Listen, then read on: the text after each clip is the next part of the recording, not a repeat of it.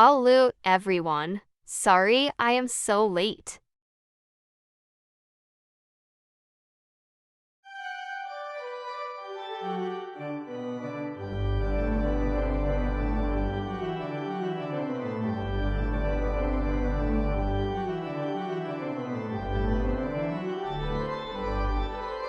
Hi, wifey. Hi, everyone else.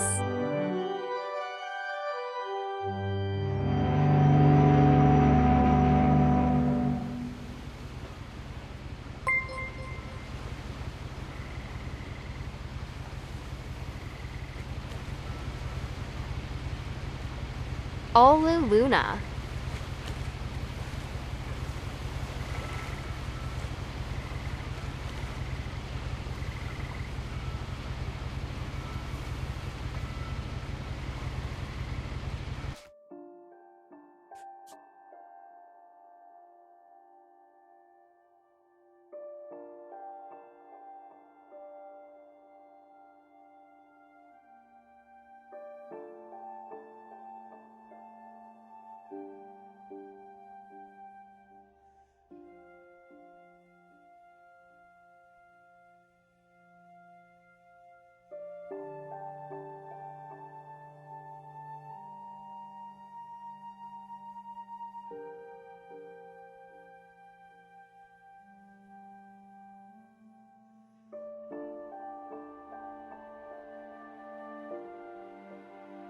Oh, each. I did like this game when I played it a while back. Thank you for stopping by. I hope you eat well.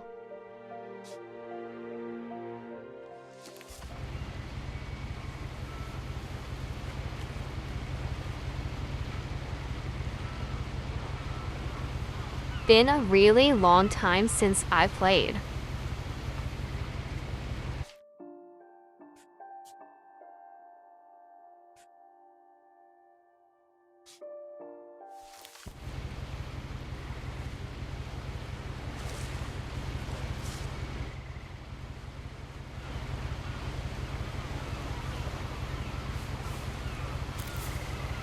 A lot of this isn't going to make sense to you, and I'm sorry about that. I'm just going to start at the beginning, with the house.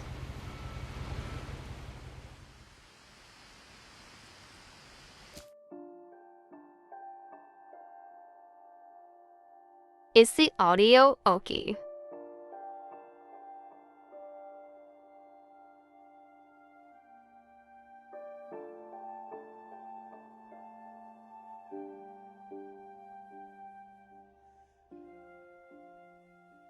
Also, I will try not to talk when there is dialogue.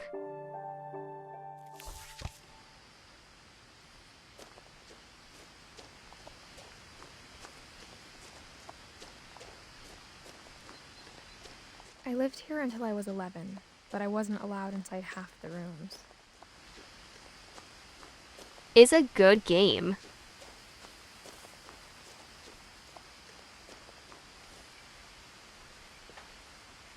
Inside the mailbox were bills from 7 years ago, marked urgent, open immediately.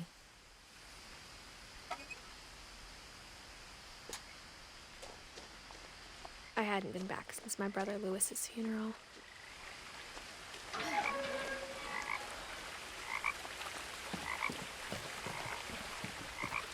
In her will, my mother left me a key but didn't tell me what it unlocked. Maybe she thought I'd know, or she thought that the mystery would be enough to bring me back. Been a few years since I played.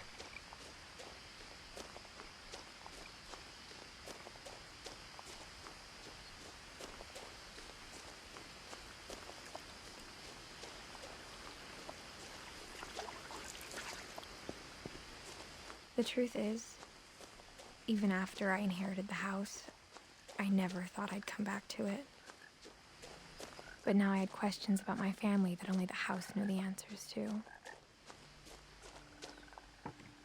The woods around the house have always been uncomfortably silent, as if they're about to say something but never do.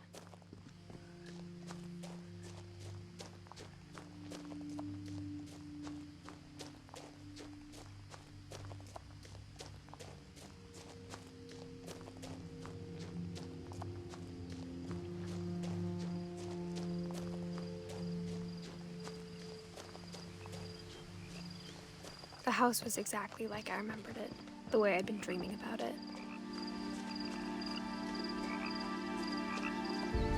As a child, the house made me uncomfortable in a way I couldn't put into words.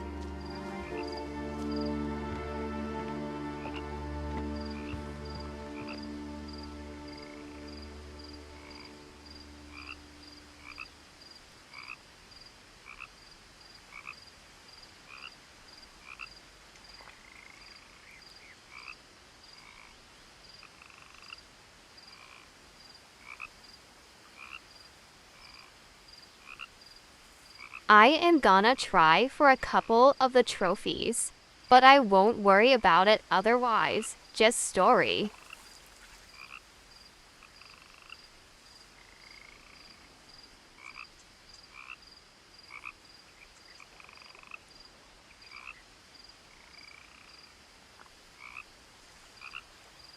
I think I have Ethan Carter. I haven't played it though. Now, as a 17-year-old, I knew exactly what those words were. I was afraid of the house. Babe.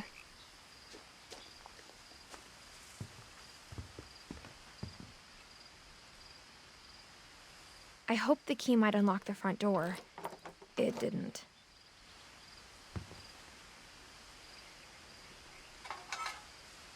Looking in, I felt like the house itself had been waiting for me.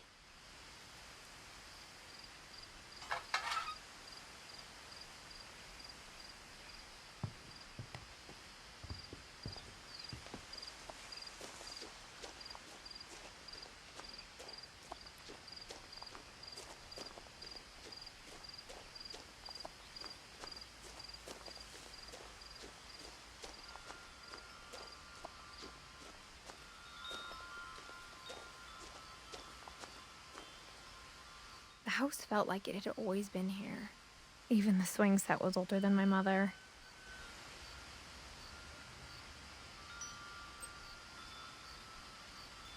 Olge.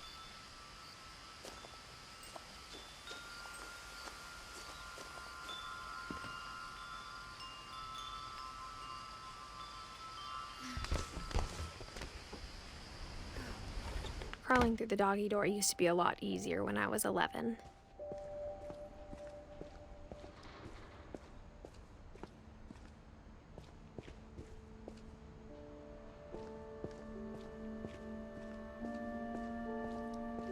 For the first time in years,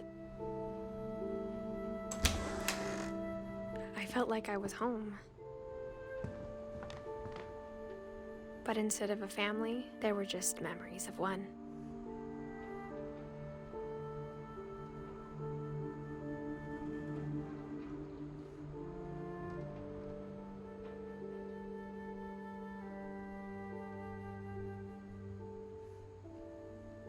Okie, first things first.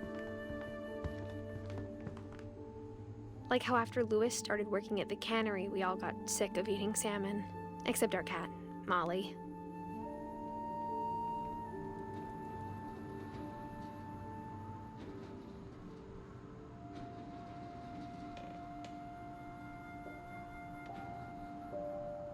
There's a few things I can do while I play. Nothing in the house looked abnormal. There was just too much of it, like a smile with too many teeth.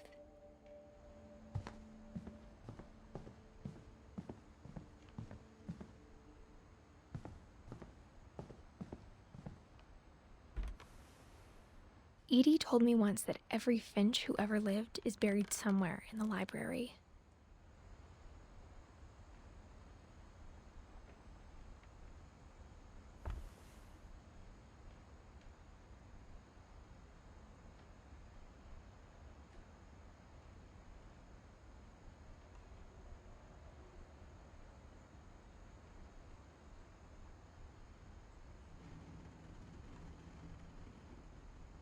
There's one of these on every door. Gotta look through them all.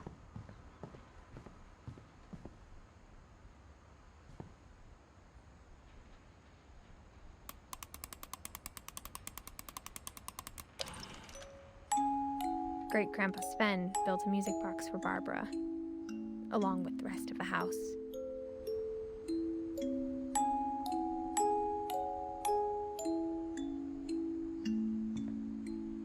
Mom always told me to stay out of the basement, so I wasn't too surprised when the key didn't fit.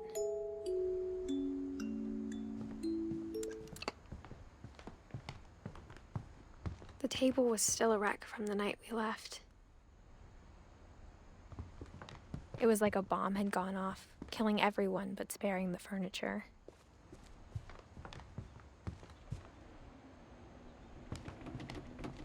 My mom was the only one of us who could imagine Great-Grandma Edie living in a nursing home.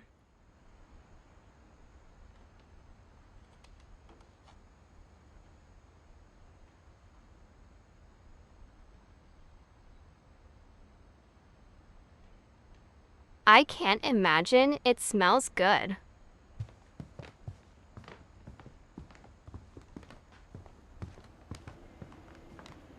Even the fireplace had a story. Edie told me the bricks came from the original house, after it sank.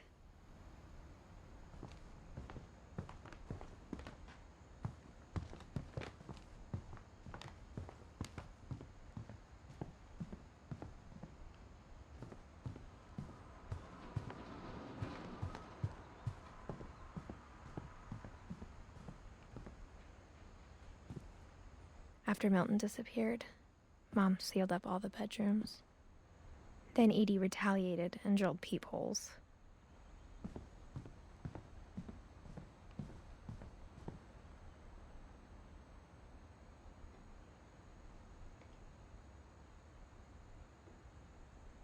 Peepholes.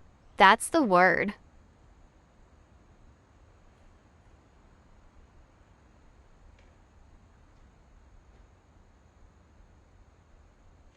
Kinda like how Rad is a peeping Tom hat. My Grandpa Sam spent 7 years sharing a room with his dead brother, Calvin.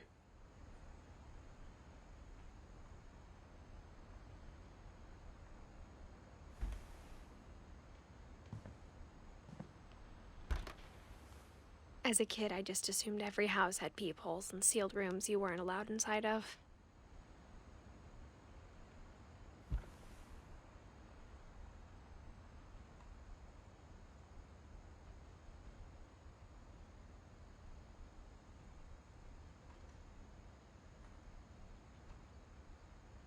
I gonna hide the throne thingy.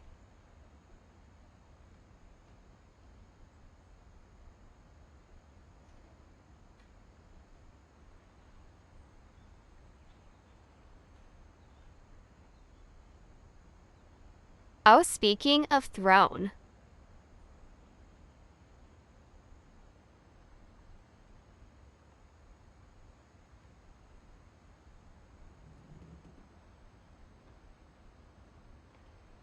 I added some funding for tits.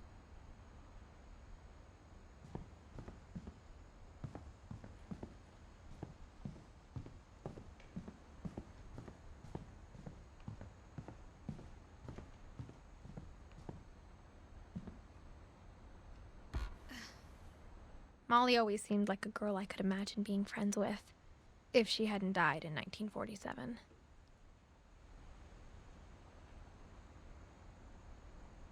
Shush. Yours are better.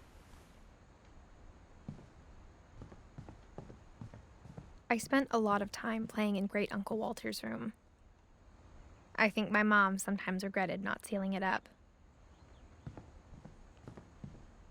Lewis told me there were secret passages, but I never believed him.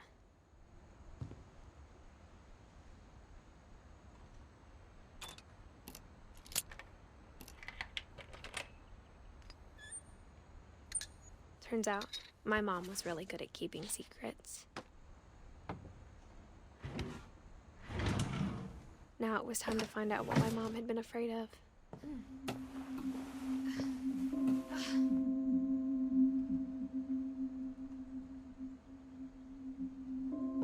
From the paintings on the wall, it was clear my brother Milton had been here before me. Cat.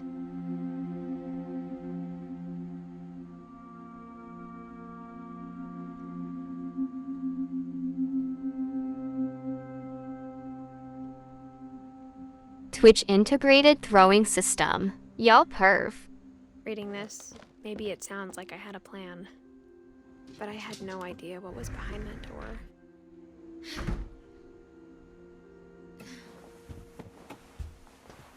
Just like I had no idea where all this was gonna lead.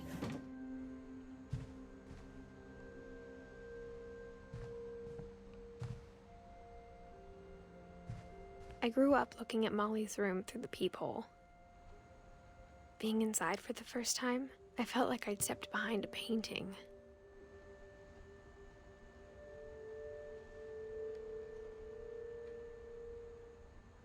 He hates chat.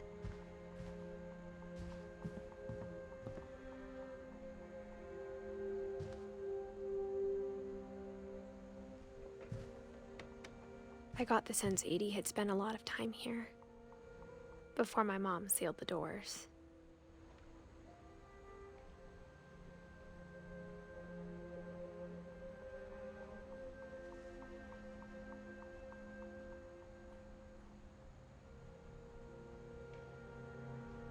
I still love you, wifey.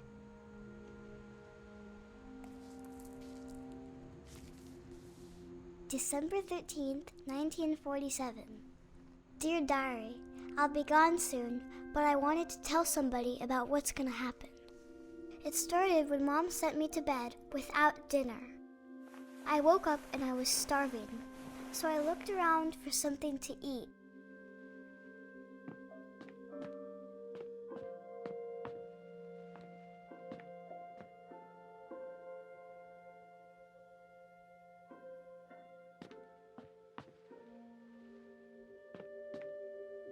The gerbil food was dry, but I didn't mind it.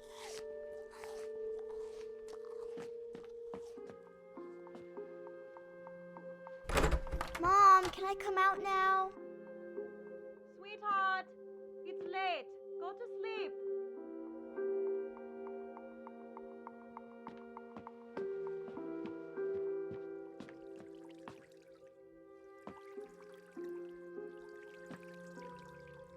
I thought about eating Christopher, but I held back.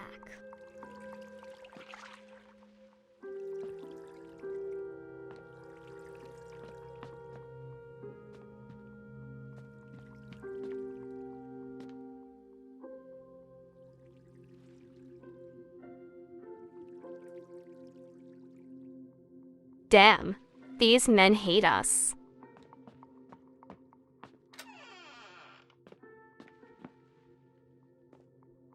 I kept eating and eating.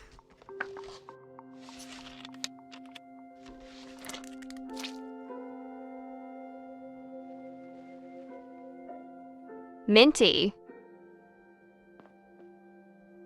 I ate a lot of things that night.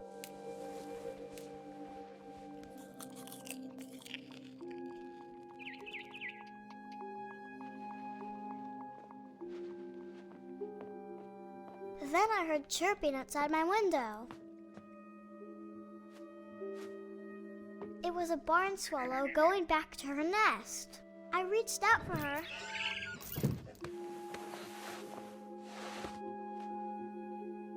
And suddenly, I was a cat.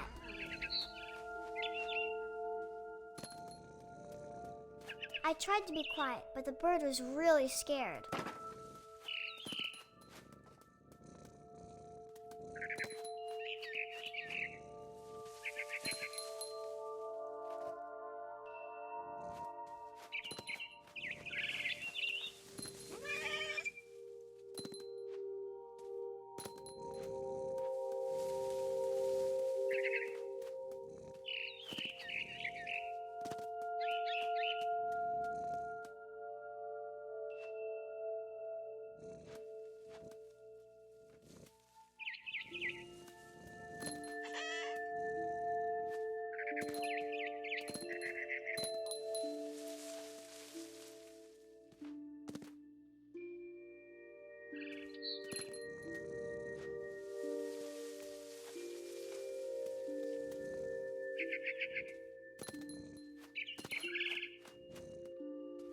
I jumped and I almost got her.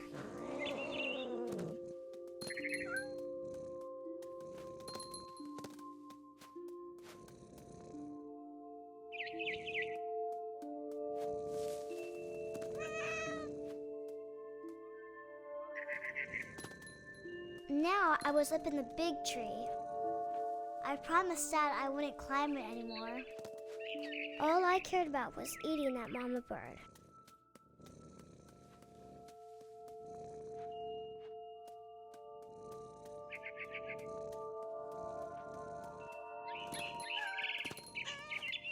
I gobbled her up. And suddenly, I was an owl. First, all I heard was the wind. Meow. Then I heard little teeth nibbling in the grass.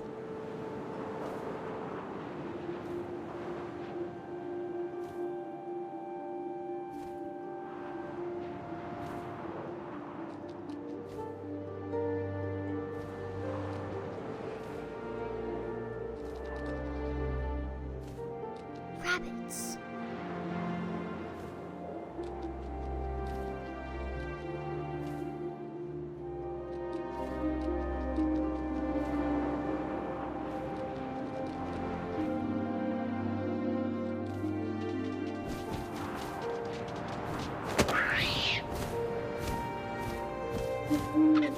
I imagined his face looking up and seeing mine through my talons. I swallowed him up, and I didn't chew one bit. Then I flew off to find something bigger.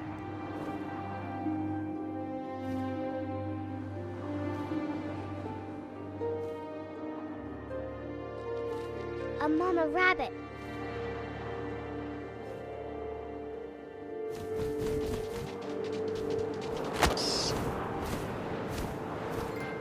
She was almost too big to carry. I started choking, but I couldn't stop eating. And suddenly, I was a shark.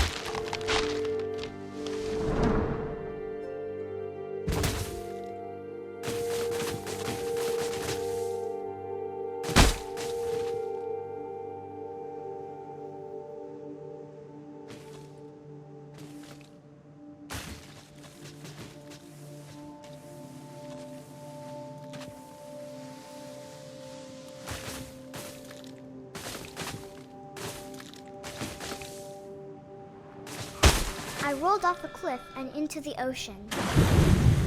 Now, I was hungrier than ever. Rude.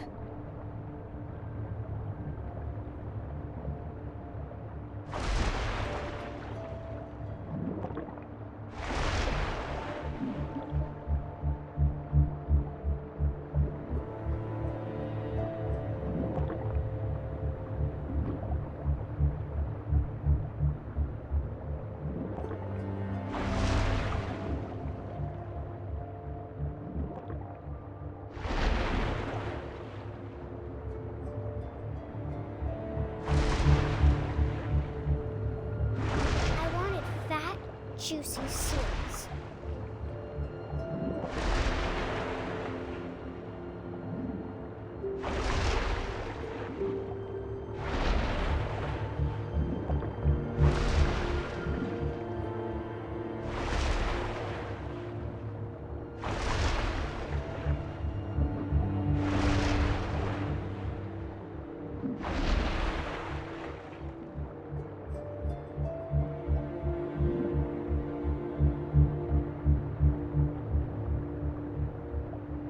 Controls are weird.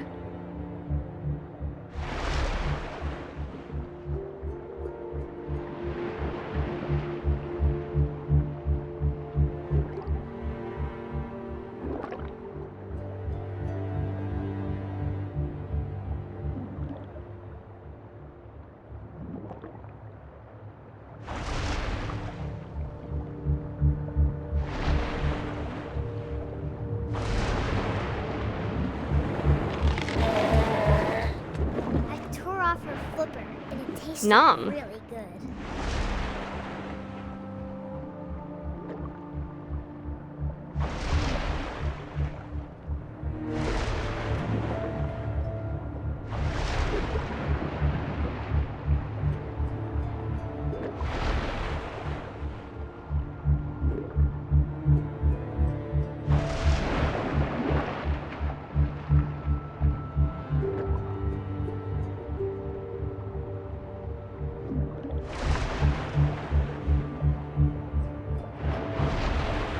grabbed on tight. When I was so hungry, I jumped out of the water. When I opened my eyes, everything had changed.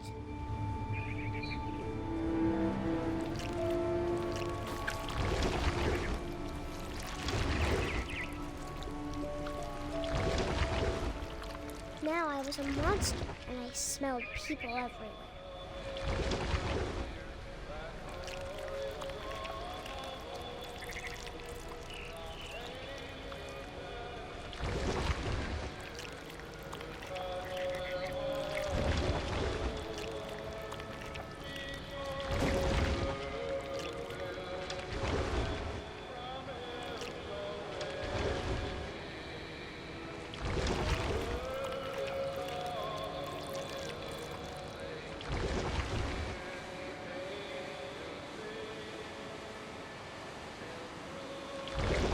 I was big, but I moved real quiet.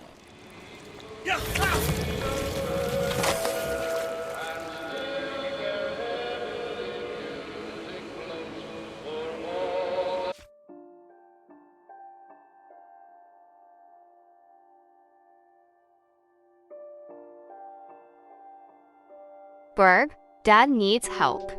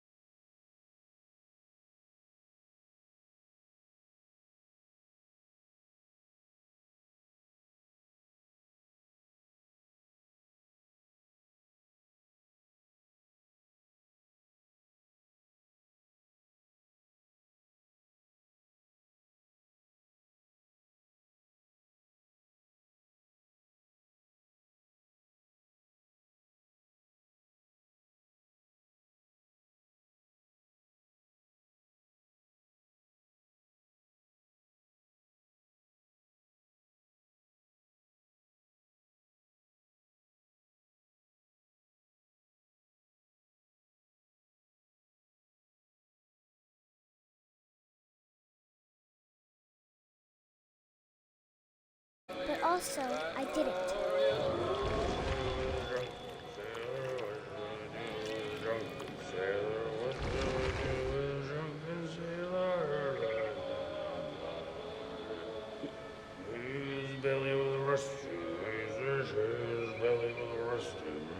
Gonna wait for him to finish his song.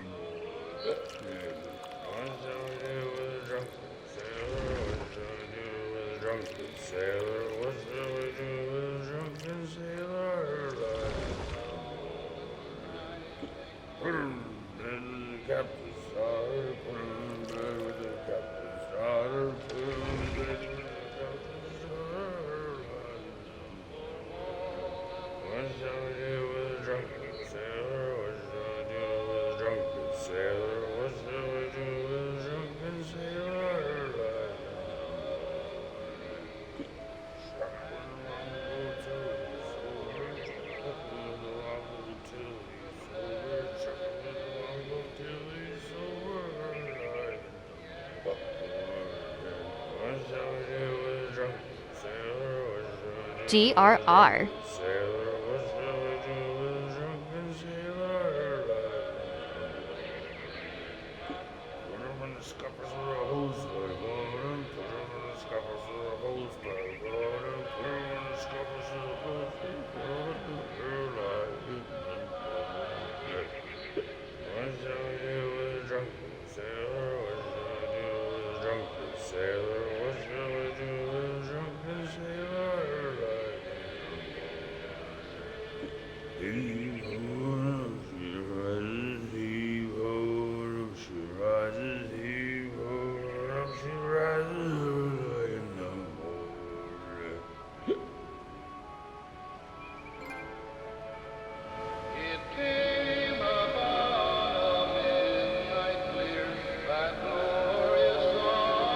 There we go.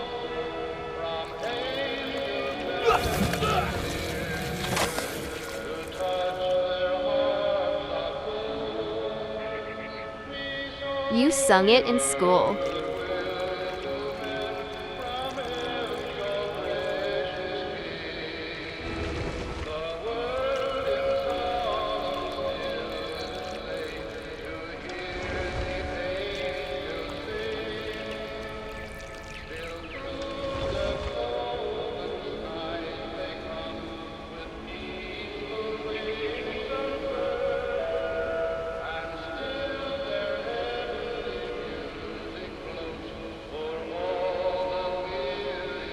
Interesting. We never sung sea shanties in school.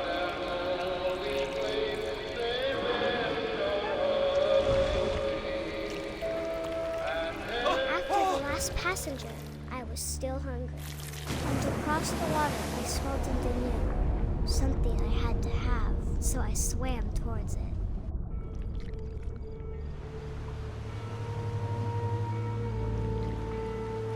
I slithered onto the sand, and the good smell went into an old pipe.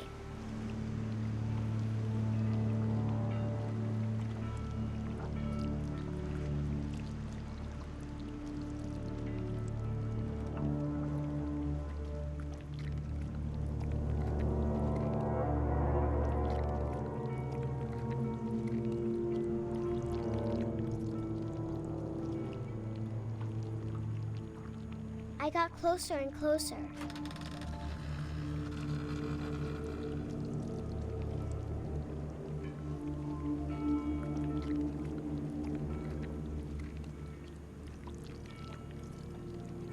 All of my stomach started growling. And suddenly, I was me again. I held my breath for a long time, but I couldn't hear anything. I think it's waiting for me to fall asleep. But it's not going to wait much longer. It needs to feed, and we both know I will be delicious.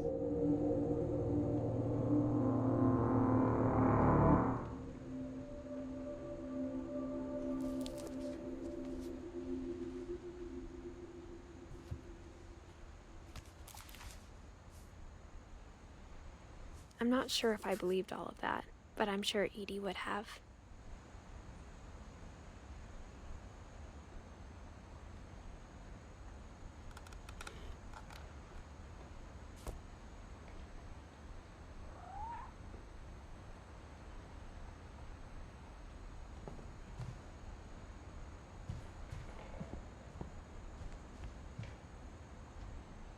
Molly's gerbil had a tiny bedroom with its own even tinier gerbil cage.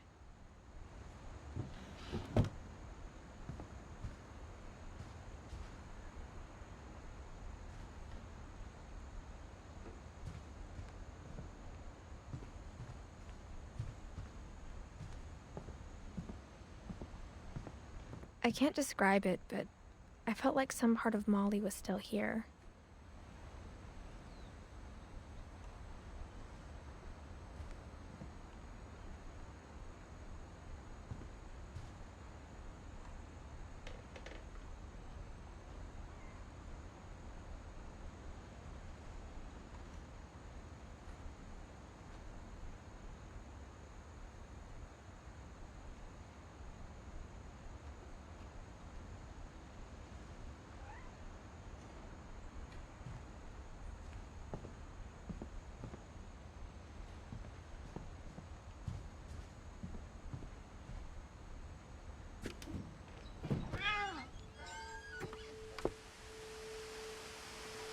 Don't look down, chat. This will be obvious later, but my mom never told me any of these stories. Edie would have, but Mom didn't like bringing up the past. Though, when we adopted a stray kitten, she was the one who named it Molly. I spent a lot of time in Great-Grandma Edie's room. We got along, and it was a good place to hide from my mom.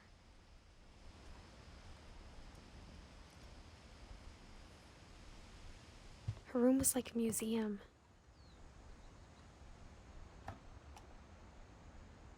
For 500 years, the Finches have been famous throughout Norway for their fortune and misfortune.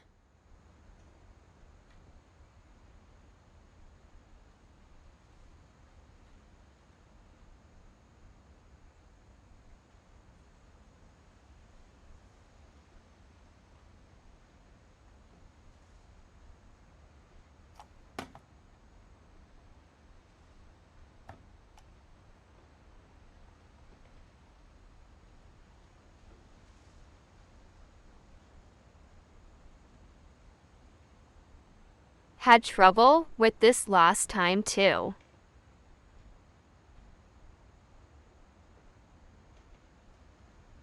Odin Finch buries the latest victims of the family curse, his wife Ingeborg and their newborn son, Johan. On January 7th, 1937, he set sail with his family and his house, hoping to leave the curse behind. You getting eepy, babe. But 40-foot waves off the coast of Washington send the house and Odin to the bottom of the sea. Odin's daughter Edie, with husband Sven and baby Molly, step ashore on their new home, Orcas Island.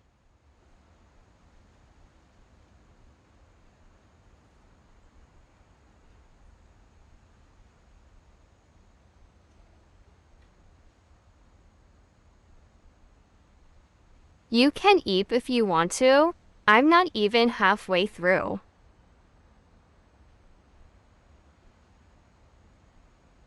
Odin Finch is the first to be buried in the new family cemetery.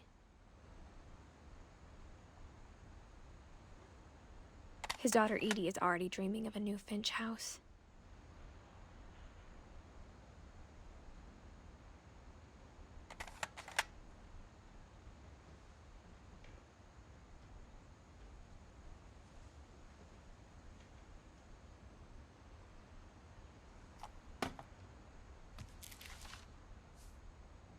Whatever's wrong with this family, it goes back a long ways.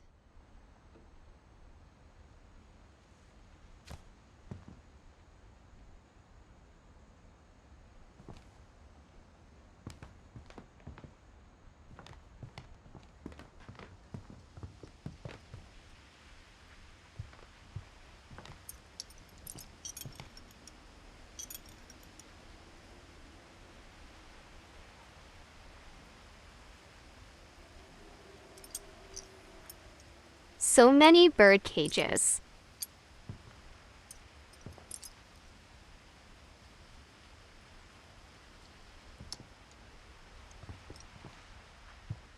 When Edie told people Sven was killed by a dragon, she could also have said he was building a dragon-shaped slide that collapsed. She could have, but she didn't.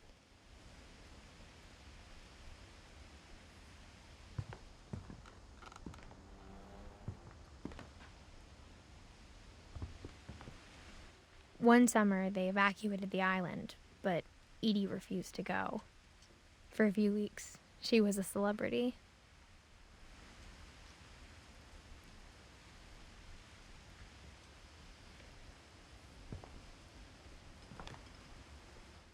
I hadn't thought of myself as Edith Jr. for a long, long time. Edie gave a big interview about a mole man living under the Finch house. My mom was furious.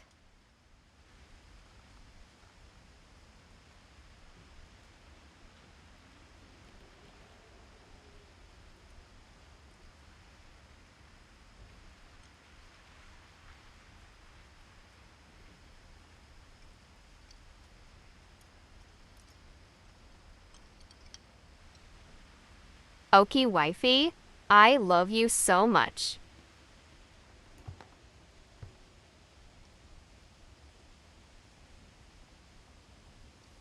Please eat well. Even in her 90s, sometimes Edie seemed a lot younger than my mother.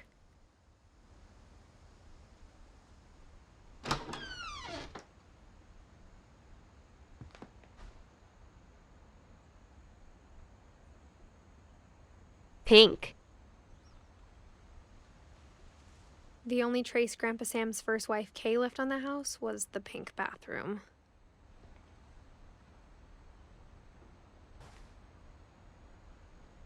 It was a pretty big trace.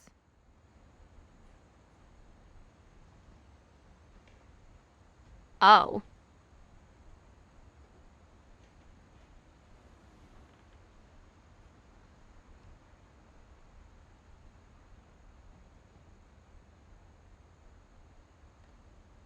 Wait, you have a carpeted bathroom?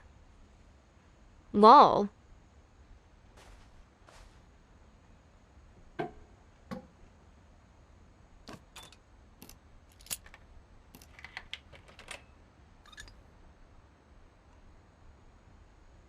Oh, this is dark. There's a secret in this bathroom. It's in the last place you would look. It isn't in the cupboard. It's hidden in this book.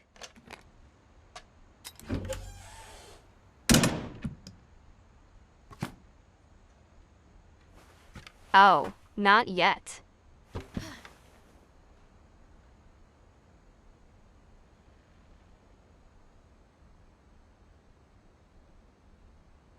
And I know. I was just teasing Head.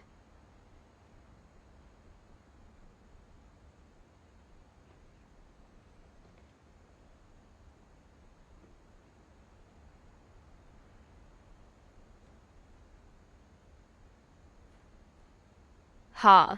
I never noticed you have a body in this. Sven gave Sam an old camera he'd refurbished. He never put it down.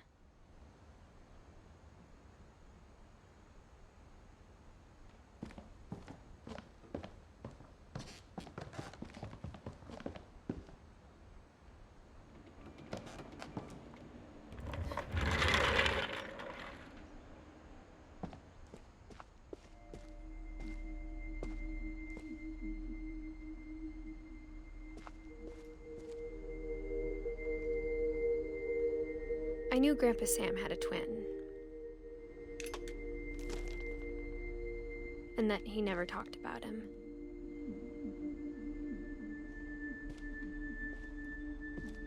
I guess my grandpa didn't like history any more than my mom did.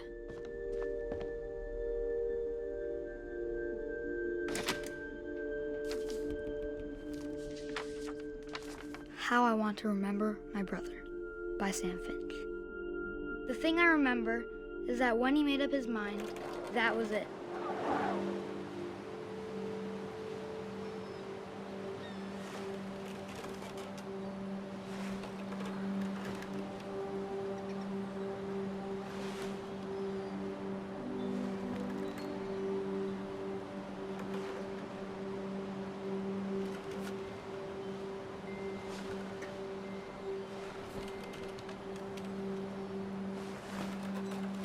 My brother said he'd die before he ate another mushroom. And he did. At Barbara's funeral, we swore we'd never be afraid again. And he wasn't. I think Calvin always wanted to fly. Sam! Calvin! Dinner's ready! Coming! But that day, he finally made up his mind to do it. I told him going around was impossible. Maybe if I hadn't said that. Calvin! I'm not gonna tell you again! Maybe if the wind hadn't picked up. Then maybe he'd still be here. But I doubt it. I think he'd already made up his mind. That's what I want to remember about my brother.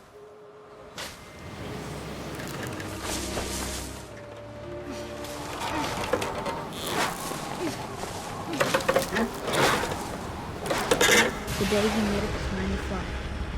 And he did. Don't try this at home.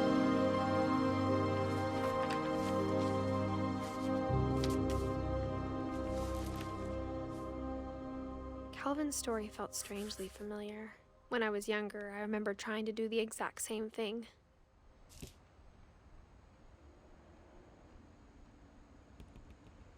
After the funeral, Edie roped off Calvin's half of the room.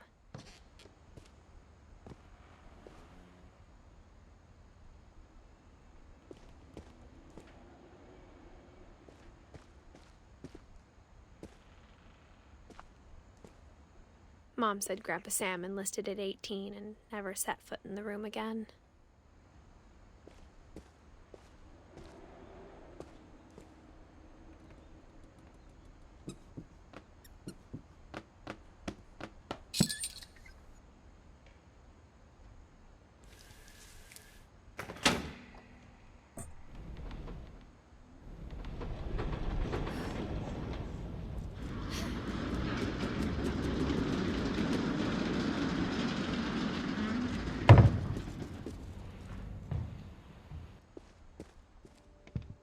The passages were a pretty tight fit.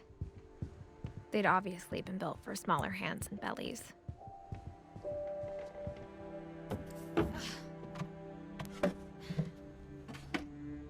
Growing up, I always thought of Barbara as a child star.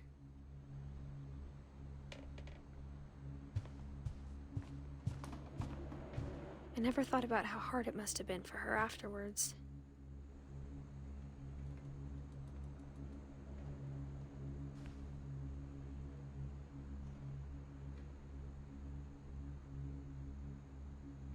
Oh God.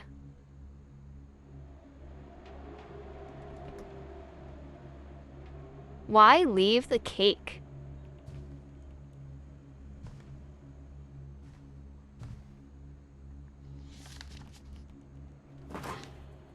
Of all the stories people wrote about Barbara's death, I'm surprised Edie saved this one.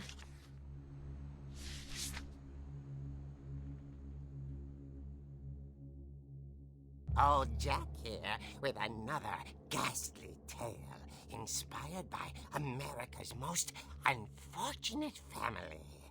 I'm calling it The Surprise Ending of Barbara Finch. As a child star, Barbara was famous for her scream. Now at 16, she was all washed up. A has-been. But in a lucky break, she'd been asked to perform her signature scream at a local convention for monster movie fans. It was just the boost her career needed. Unfortunately, her scream hadn't aged well. Getting better. I think you just need the right motivation. Her biggest fan and current boyfriend, Rick, was about to demonstrate when... Now that was a great scream. It was Barbara's father, Sven. He'd slipped into a table saw and had to be rushed to the emergency room. So Barbara got stuck babysitting her youngest brother, Walter. Her convention comeback was cancelled. Okay, I'm hearing frustration, but I'm not hearing terror. What if I tried... A gang of hoodlums in Halloween masks have been terrorizing Orcas Island tonight. Police are urging residents to... That came from the basement. You're right! Also, I loved your delivery on that. Oh. Why is your basement door locked? Because my dad likes making puzzles and secret passages. There's a key hidden in the music box. The secret is to keep winding and winding until finally the key pops out. Thanks, babe. I'll be back in a sec. 20 minutes later, Rick hadn't returned. So Barbara went to look for him, right on cue. She reached for the music box. And as she wound the key, she listened for Rick, but the house was silent.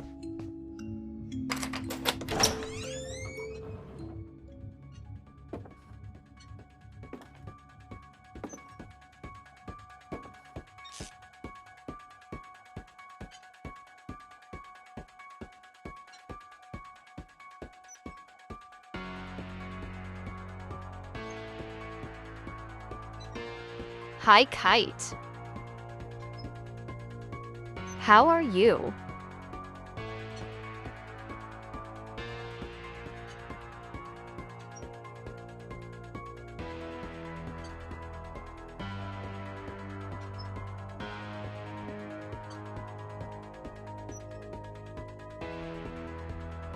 I love the Halloween inspiration of this section. She found Rick's crutch and imagined the worst.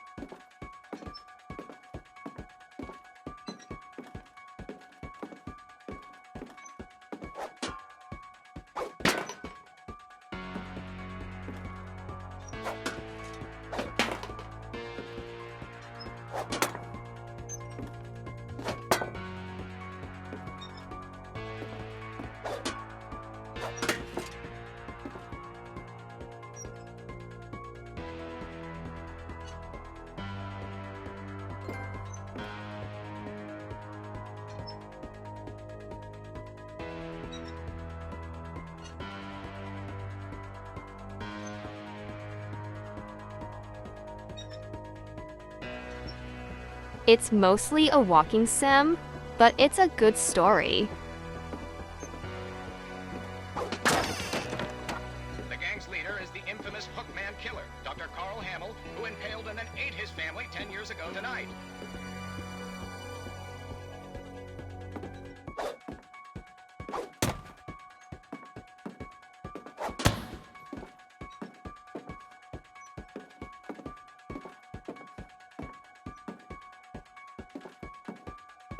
The old fridge rattled and grew still. Oh dear! Oh! Rick? Barb, relax. I was just trying to Dumbass. scare you to help you find your scream. Well, I'm not scared, Rick. I'm furious. Then act furious. All I'm getting from you now is that you're hurt and confused and you're... She threw him out, but she kept a little something to remember him by. Barb, have you seen my other crutch?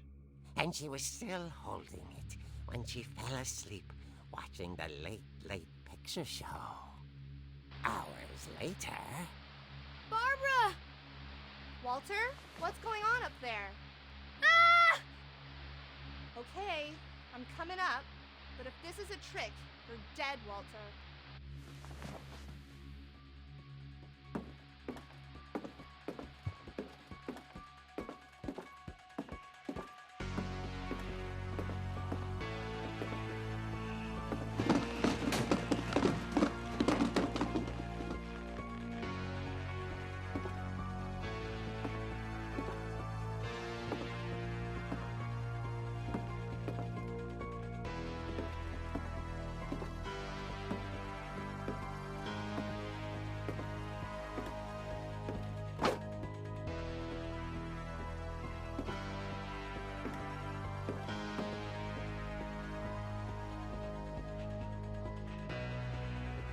Oh.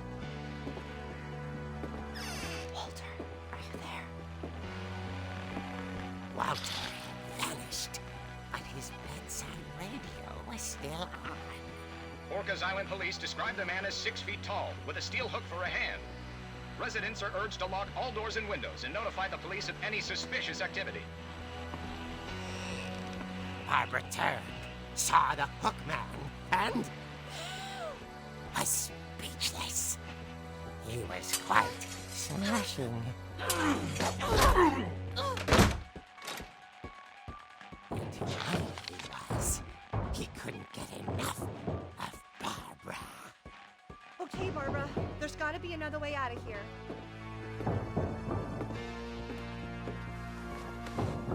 That night, she played her part beautifully.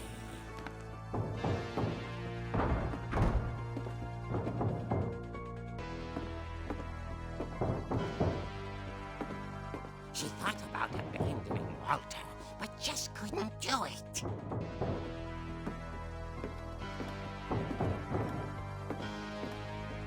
Molly's door hadn't been opened in years.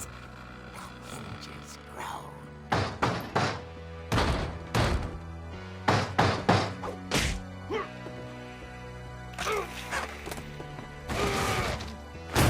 He wasn't moving, but she sensed the story Issue. might not be over yet.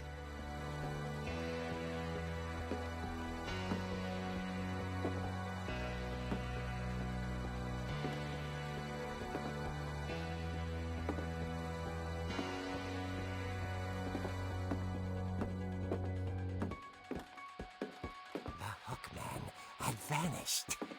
She listened for his breathing, but all she heard was...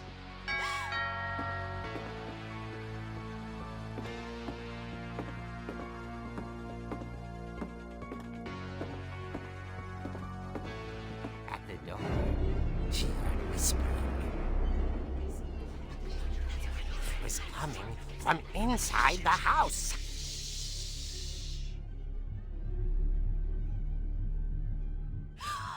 Oh dear.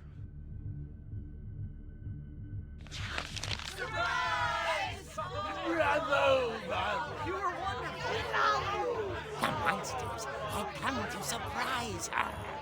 For Barbara, it was a dream come true. Then she saw what kind of monsters they were, and she realized what was about to happen. She was going to be famous.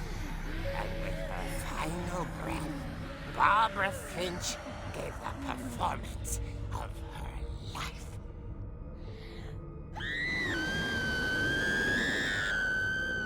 I wasn't there myself, but I hear Barbara was magnificent. Poor girl. She had a taste for stardom. But unfortunately, so did her fans. Of course, the police blamed it all on poor Rick, who disappeared the same night. And little Walter? Hiding under his bed the whole time. He took it all pretty hard, but that's another story. Damn As Walter. for Barbara, tucked inside the music box, is all they ever found of her. Her ear. Now that's what I call a real eerie tale.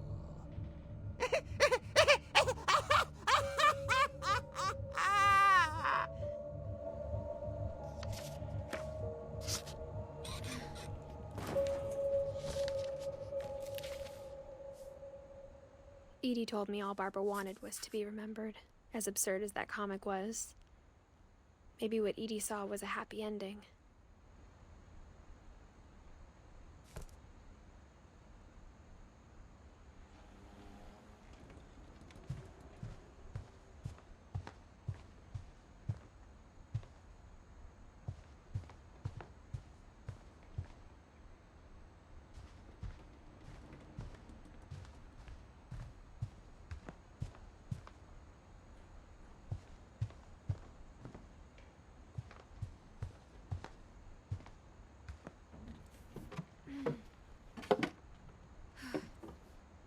I guess now I know why Mom didn't like me playing with the music box.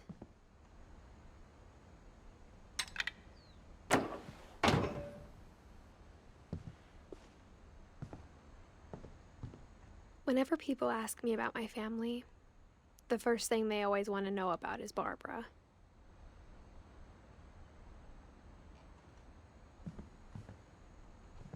Edie's father, Odin, built the original house.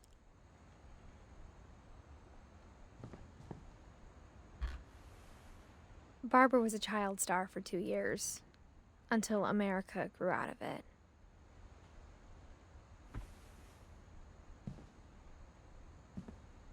It's funny. All those times I played with the music box and never found the basement key. Mom must have locked the third floor stairs on the night we left.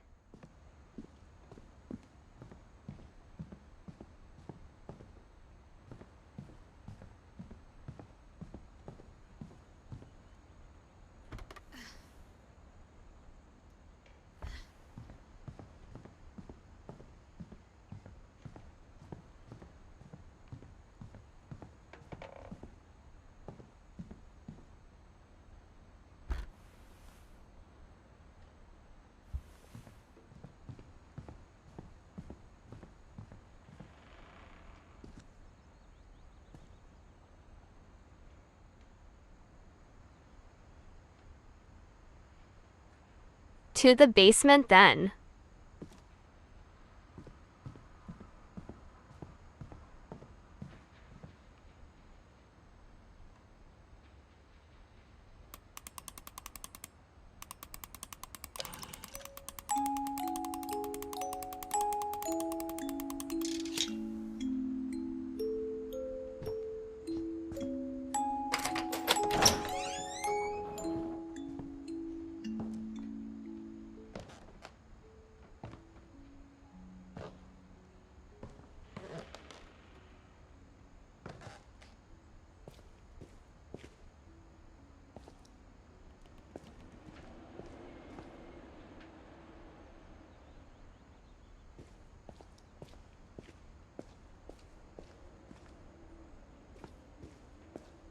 Mom said the basement was off limits, unless I wanted another tetanus shot.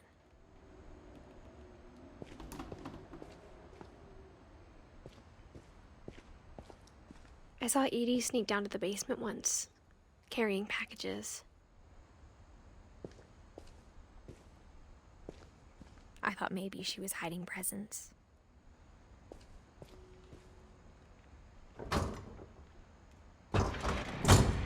It turned out she was hiding a lot more than that.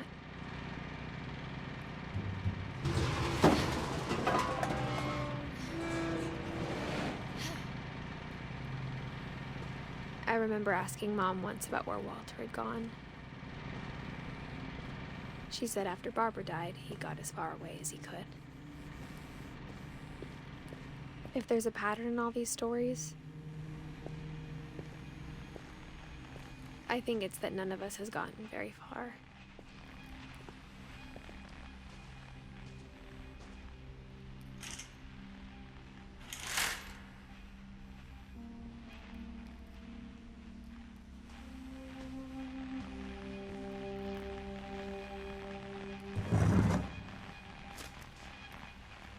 Goodbye, everyone.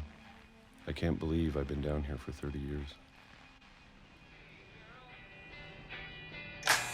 On that first day, after the shaking started, I didn't think I'd survive a week.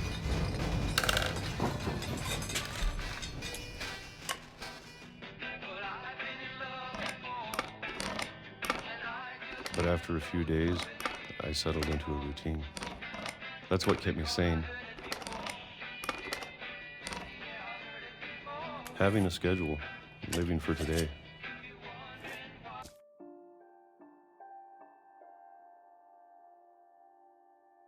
BRB.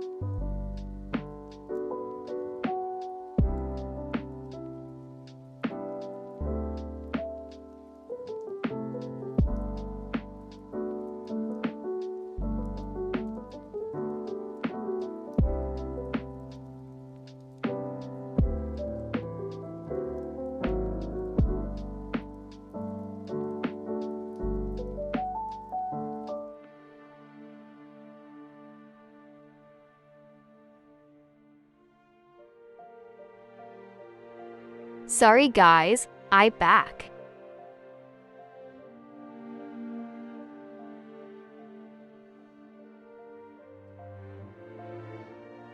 Olu Eso if you are still here. Olu Silver.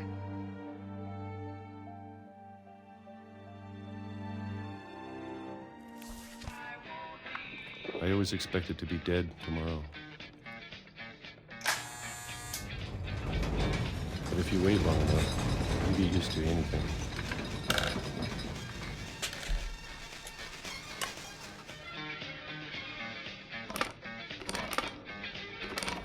Even a monster on the other side of the door starts to feel normal. Almost friendly.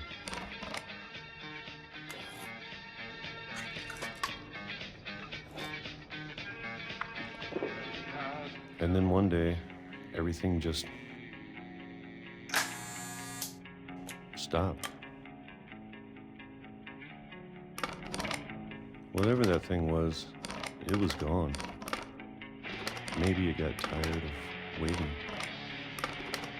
Or maybe I just got tired of being afraid.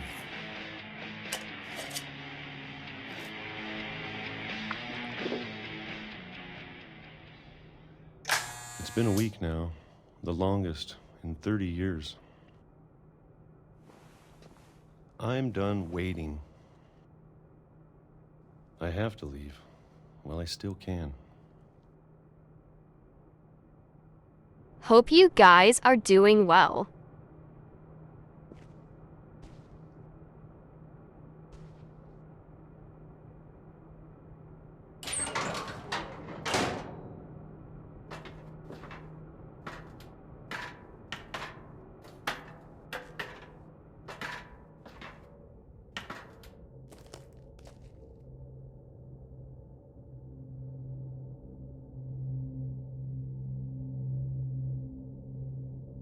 I am Oki.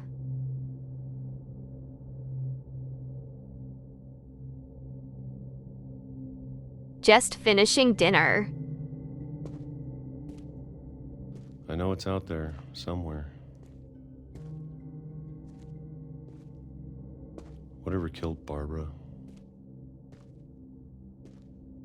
and Molly and Calvin. Maybe this is all a mistake. But I need to stop living the same day, even if it kills me.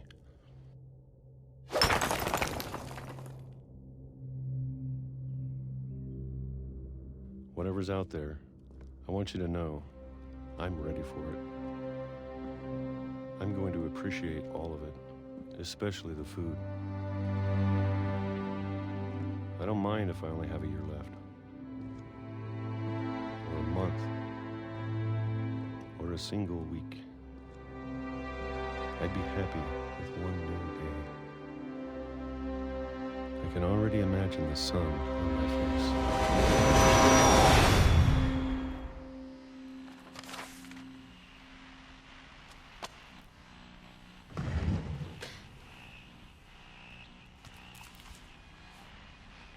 Walter died when I was 6. Had some I can't steak believe my mom and never pasta told me he head. was down here.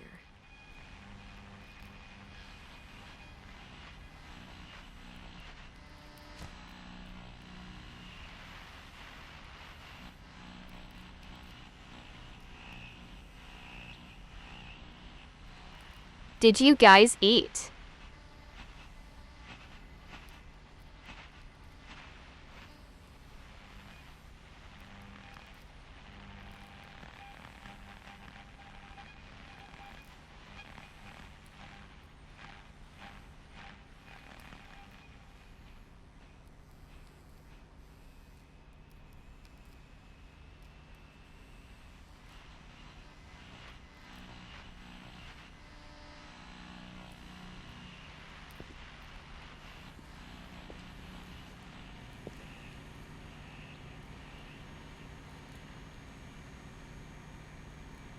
Enjoy food silver.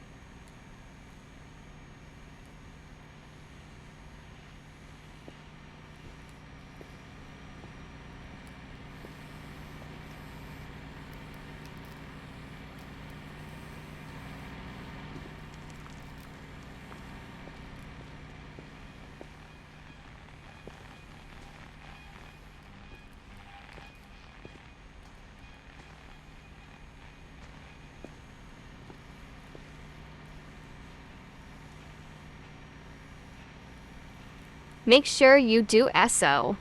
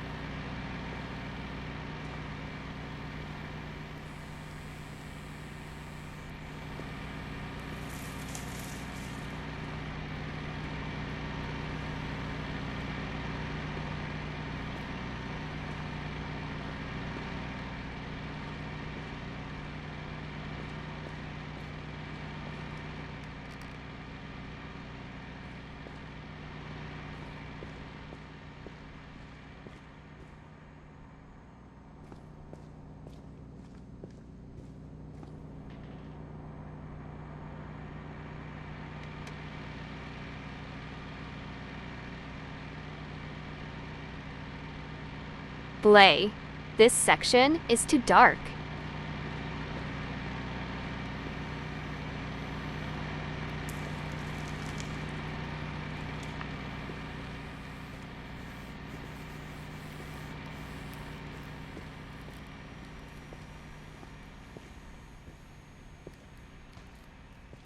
I'm sure my mom was trying to protect me.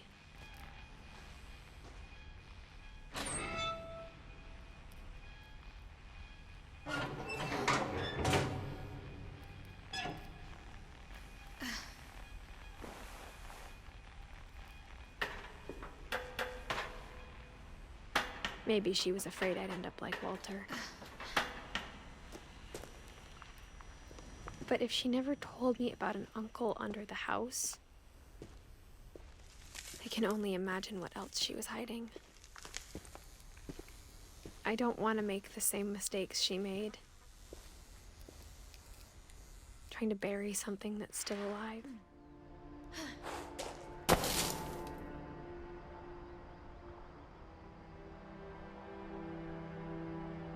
Now that there's only one of us left, or maybe two,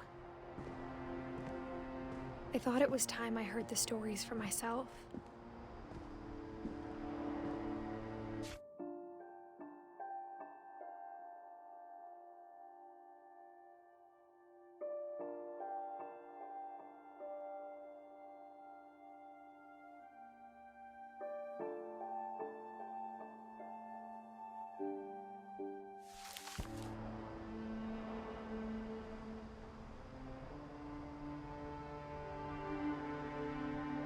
Think we're about halfway through. I found out what happened to everyone else. But now I'm worried the stories themselves might be the problem. Maybe we believed so much in a family curse, we made it real.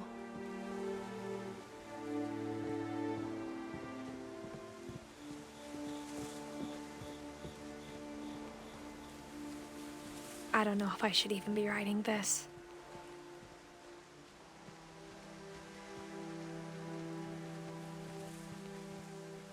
Maybe it'd be better if all this just died with me.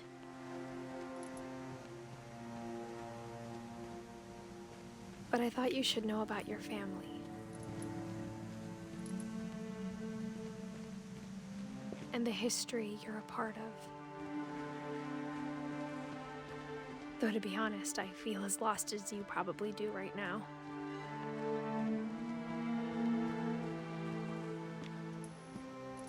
I think the people in these stories believed them, for what that's worth.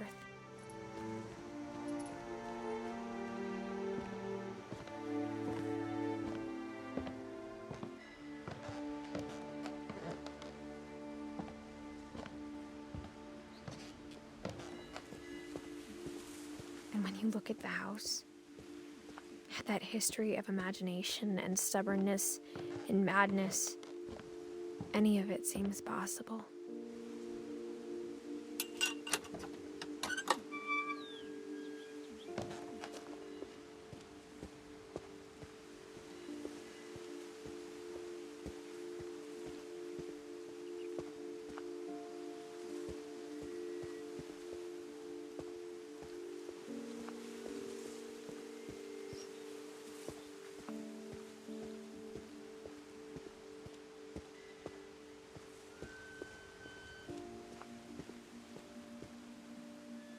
I think we've been surrounded by death for so long, we've just gotten used to it. What kind of family finishes building a cemetery before starting the house?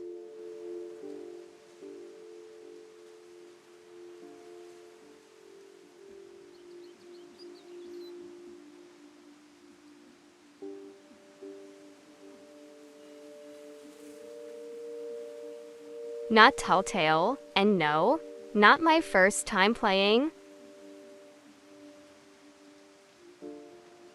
Been a while since I played it.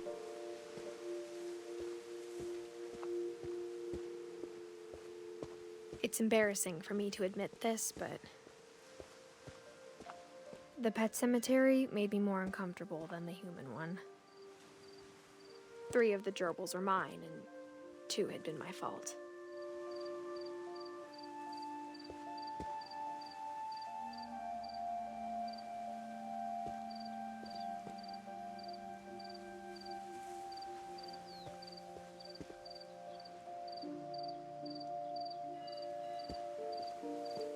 Sven built the house, but it was Edie who designed the cemetery.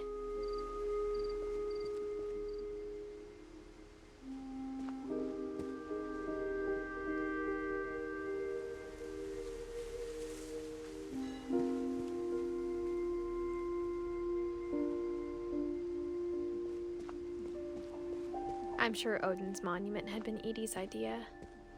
My mom was always trying to move on, but for Edie, the past never went away.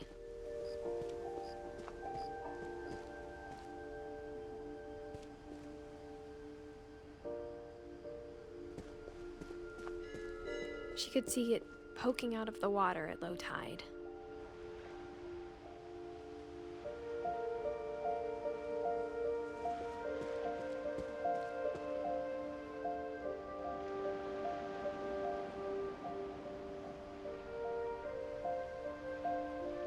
I do.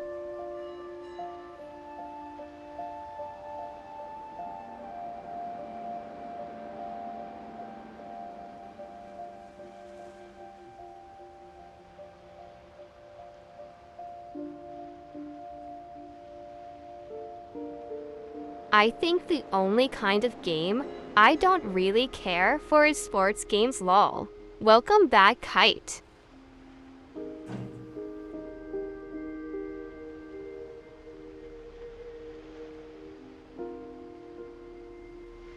Edie said she dreamed about the old house every night.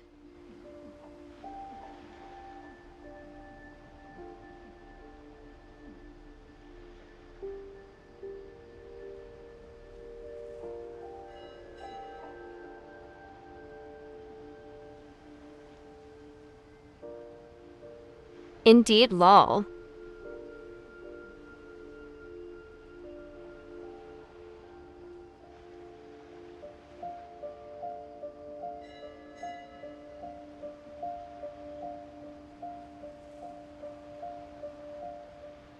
A loose storm. Welcome in.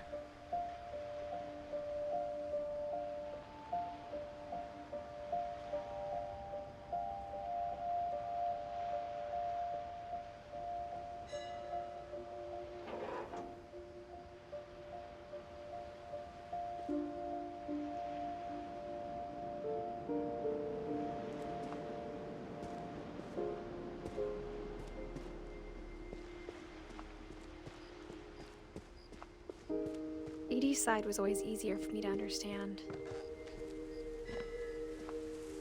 But the older I get, the more I can see where my mom was coming from. Her dad had been pretty strict, but it wasn't enough to save her brothers. She was just trying to do better.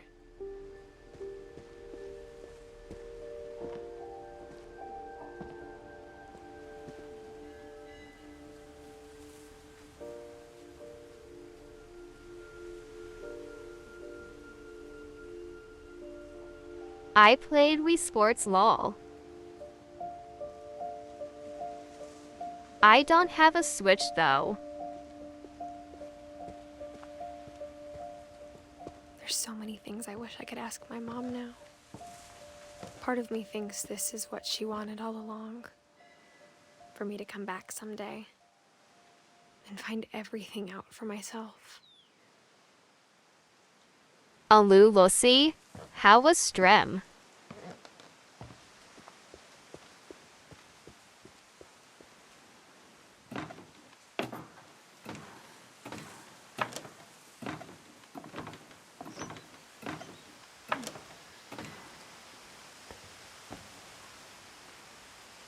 But looking back on it now,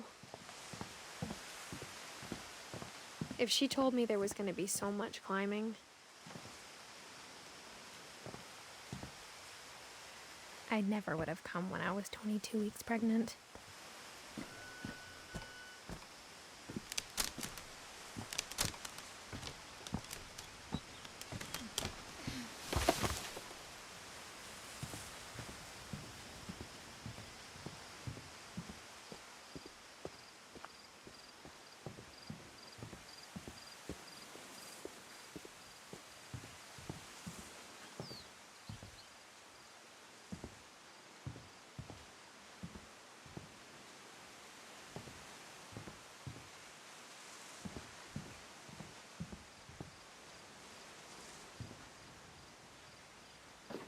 I never met Grandpa Sam, but I think he and my mom had a lot in common.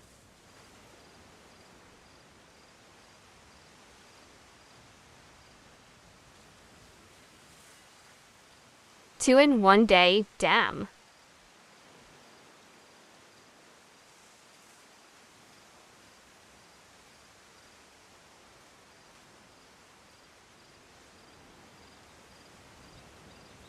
I'm doing okay though, and no worries lol.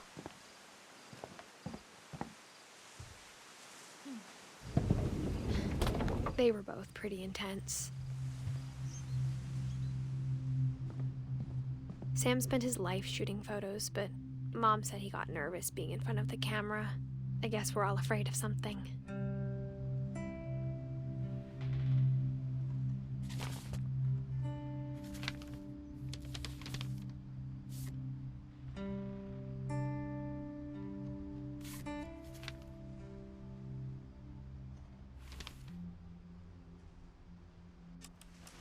Dawn, I promise, you'll never forget this weekend. Yes, sir. These memories are gonna last a lifetime. Mm-hmm. What? Am I gonna have to shoot anything? It's a hunting trip, Dawn. Shooting is strongly encouraged.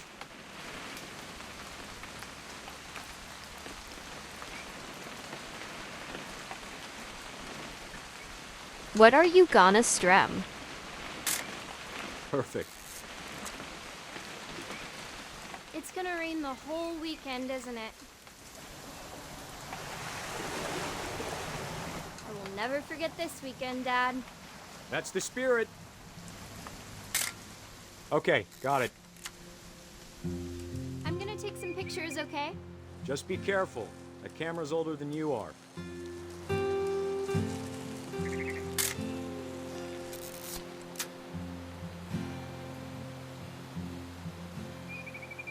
You're right, Dad. It's starting to clear up. Still freezing, though. Definitely should not have drunk all that coffee. Hey! That's a keeper. I'm just saying, I'm not always gonna be here, Dawn. You'll need to remember this stuff, if you want to survive.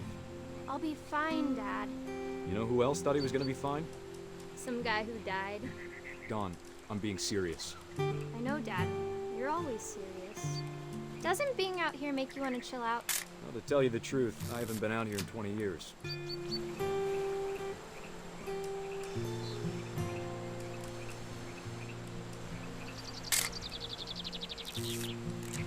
Last time I was with my brother Calvin. Man, that was a great trip. Your grandpa Sven taught us how to fish, how to build a fire. We found an old logging Welcome trail back, Rad. where deer Your every man day. Lucy is here. I bet if I could remember where that trail was, we'd spot a buck for you in no time. Give me a minute to check the map.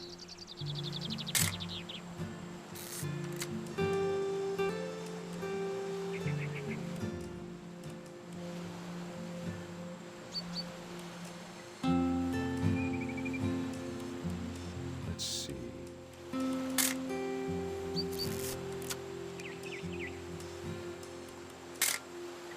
Don, don't you think you could find something more interesting to photograph?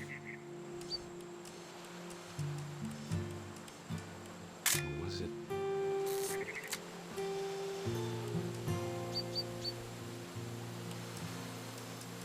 It could have been.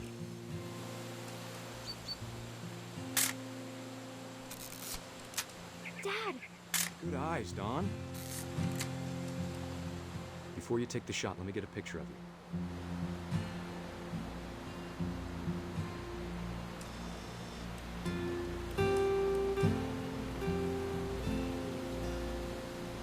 Dad, Let me get behind you. do I have to do this?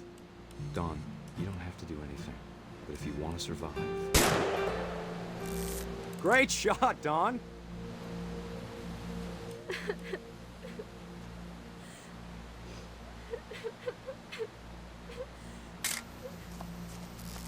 I'm proud of you, Don. Always remember that, okay?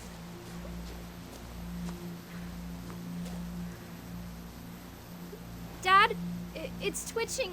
I think That's it's totally normal, Don. Just focus on the camera. Try not to think about... Dad! Rip.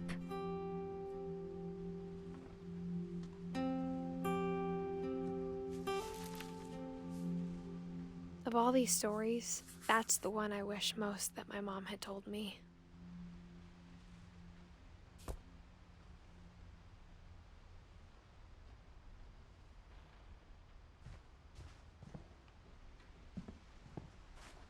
Instead of hiding from death, Sam seemed to go out of his way to meet it.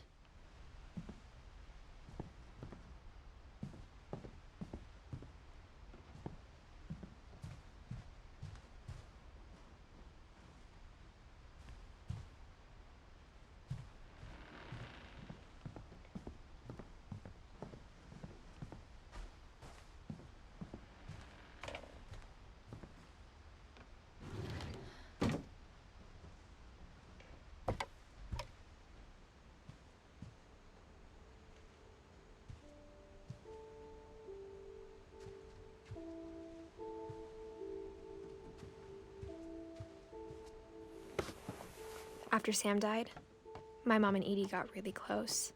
They'd both lost a lot.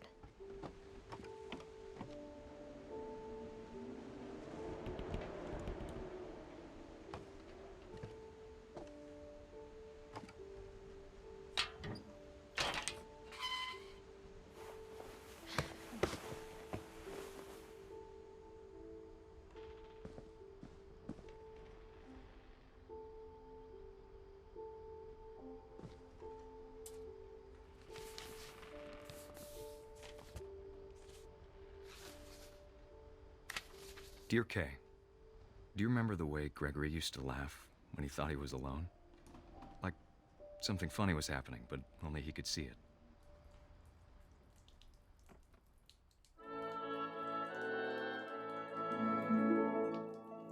I think he saw things the rest of us don't.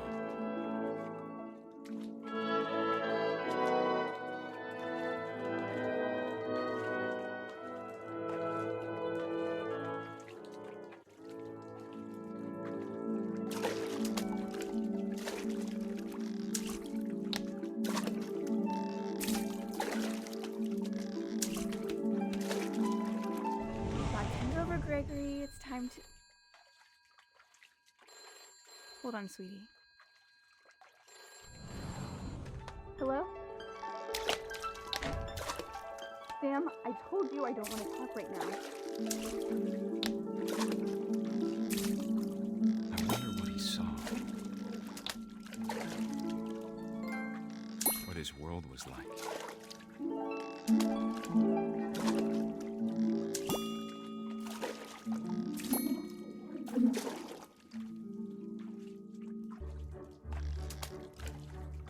It reminded me so much of Calvin.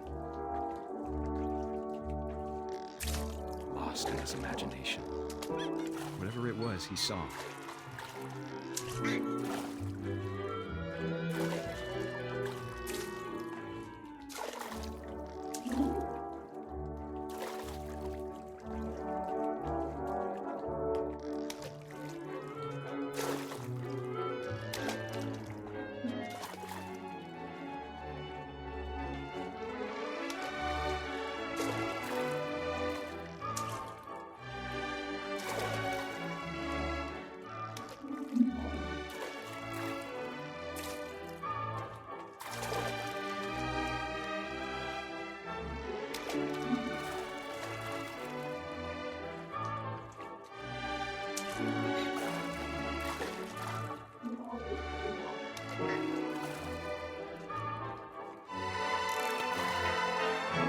It sure made him happy.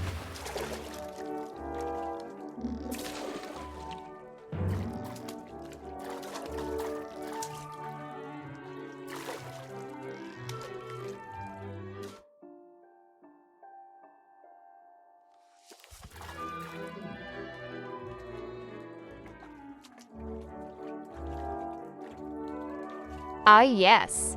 Very perfect. Aware.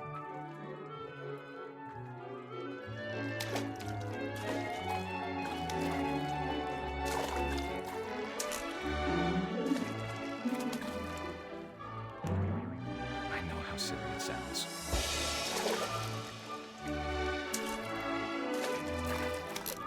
But I worried about a baby being too happy. I could feel him slipping away. Sorry about that, Gregory. I know you did everything you could. Maybe if I hadn't called that night. Damn it. Hold on, I don't want Gregory to hear this. I wish he could have told us about the world he saw. Aware.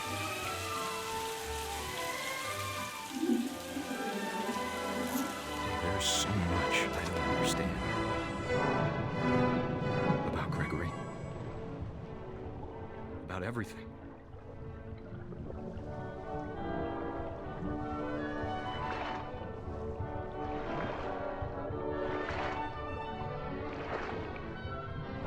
But I know what happened wasn't your fault.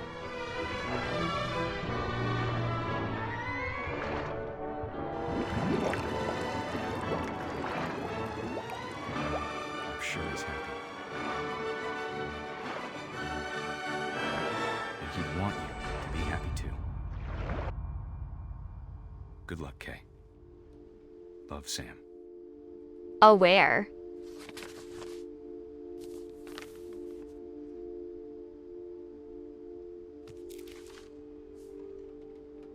My controller. Just. Fucking. Riveted.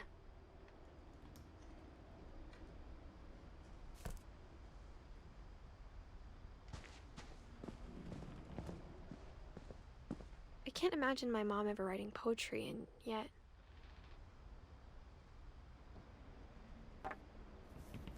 A poem for Gus, who always said the wedding was a bad idea. Our father never hit us kids, at least not very hard, before the day my brother said with teenage disregard that he'd be dead before he'd see a wedding in our yard.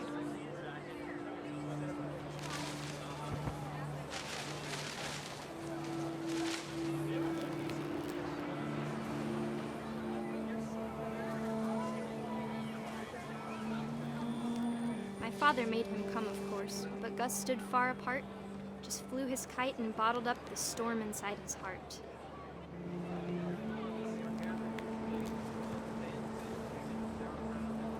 I tried to talk him out of it, but though he'd never met her, we don't need a stepmom, were the words that I now pronounce you husband and wife. You may kiss the bride.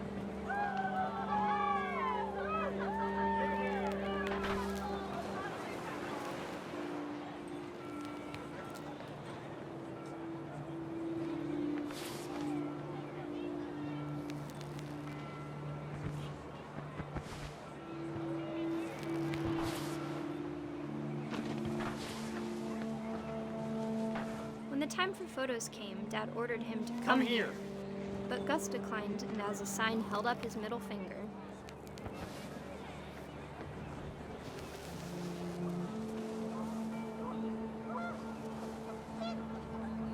The wind picked up and panicked geese appeared and quickly went. But all the humans did that day was go inside the tent.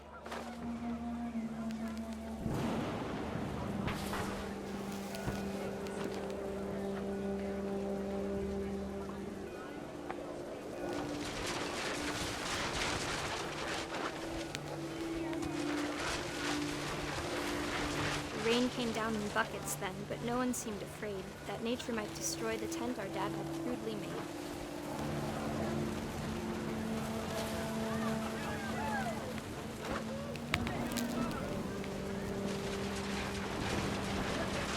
The thunder sounded much too close and full of angry power, but all my father said to this was, "Make the music louder."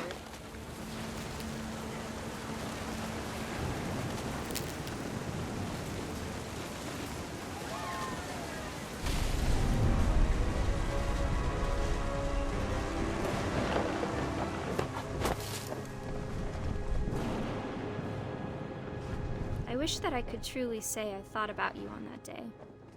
Out there on the beach alone, just you, the wind, the sea, and foam. But I didn't, until we found you. 07.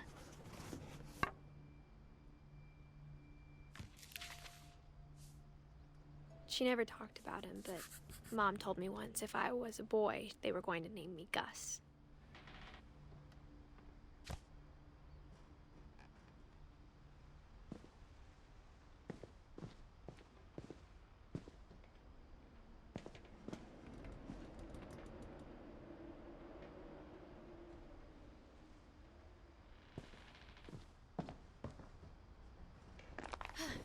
My mom moved up to the loft after her brothers died. At the time, it was as far away as she could get.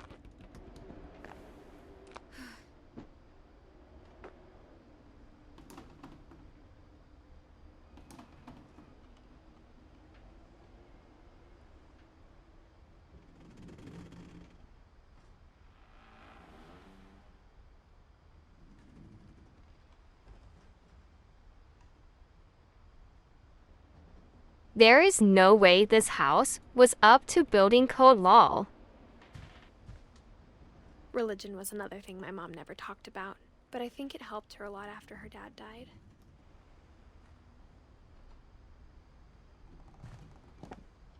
She spent a summer building houses in Calcutta, where she met my dad, Sanjay.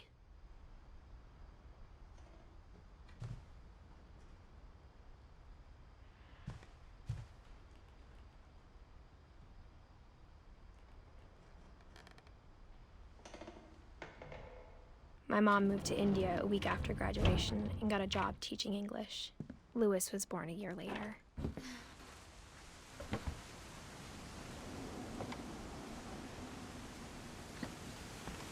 When my dad died, I don't think Mom knew where else to go.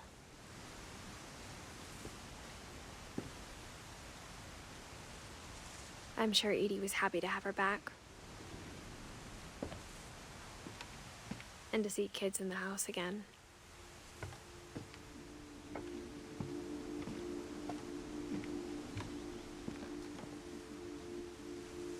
The house had to get a little bigger, but Edie was used to that.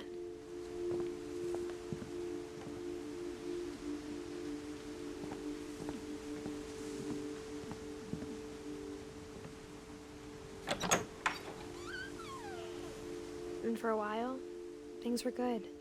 Almost normal.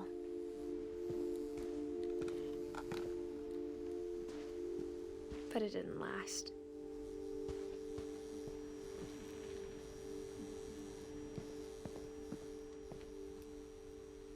The beginning of the end was Milton's 10th birthday, when Edie gave him a castle.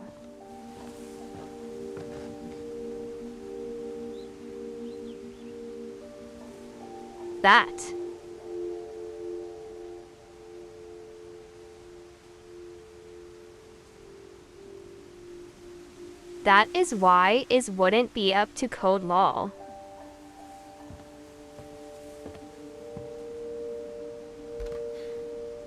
After Milton disappeared, the only thing he left behind was a room full of paintings.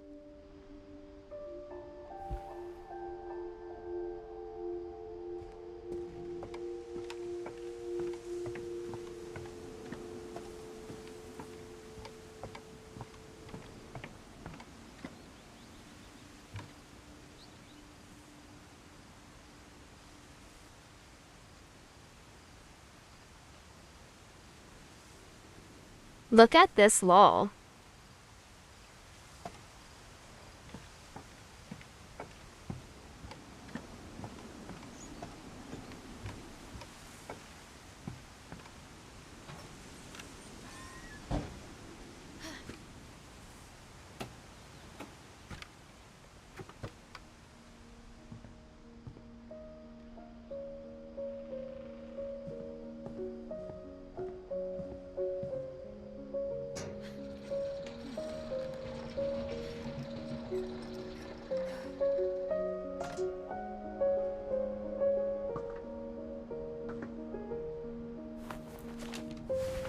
Milton Finch in The Magic Paintbrush.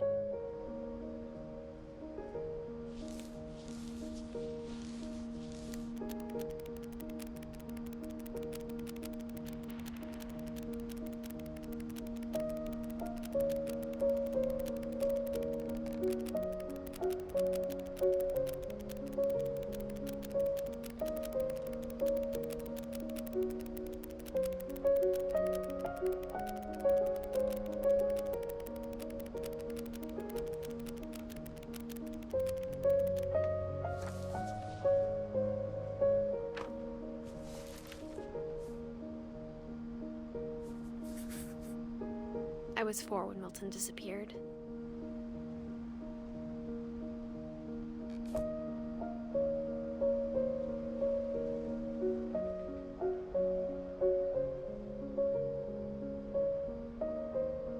It is cool.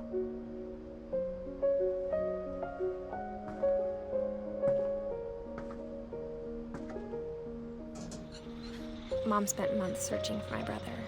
Then she sealed the doors.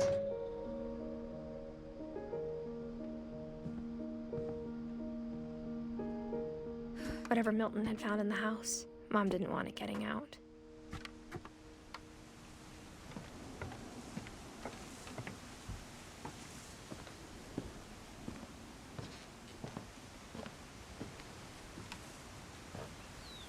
Mom definitely blamed Edie, but I think Louis blamed himself. After he graduated, he just spent more and more time in his room, until Mom got him a job at the cannery.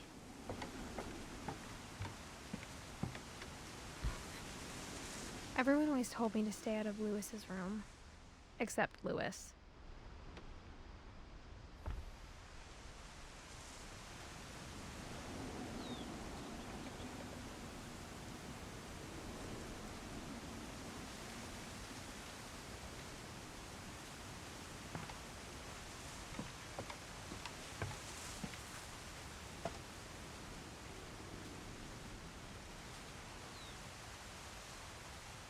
How the hell they got a hole as boat up here?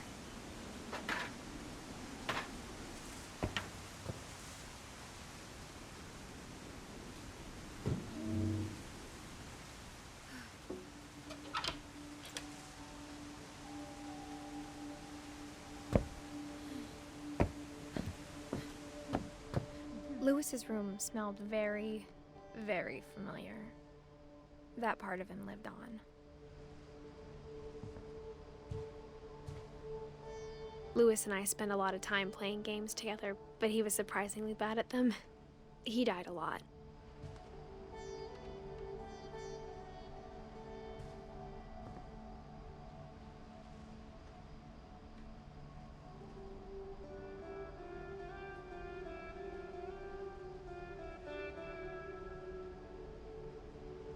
Rad, is this your room?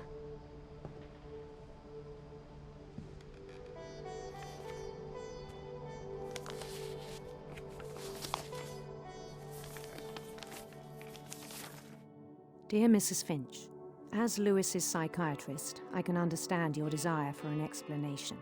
As I see it, the trouble began in January, shortly after we convinced your son to seek treatment for substance abuse. Newly sober, I believe Lewis first noticed the monotony of his daily life.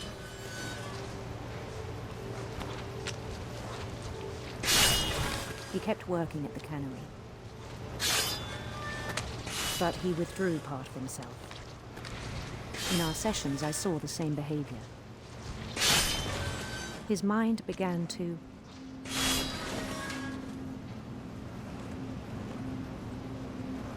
wander. I asked him to describe it. He said he started small, imagining a labyrinth. He'd feel his way about. Then something moved. Bats and toads.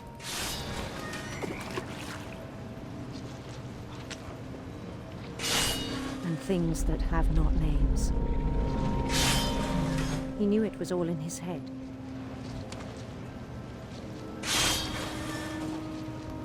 But he took it very seriously. I had hoped he'd find himself.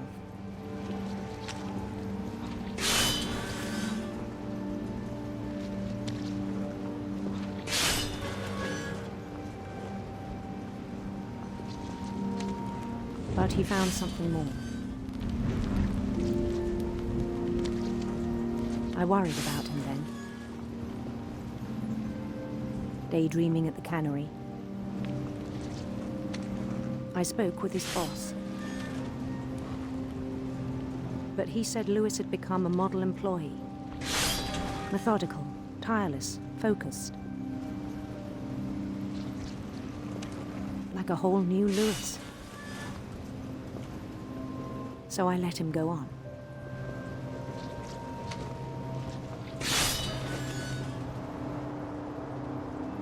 I even encouraged him. It seemed very promising at first. He told me he'd made a new friend.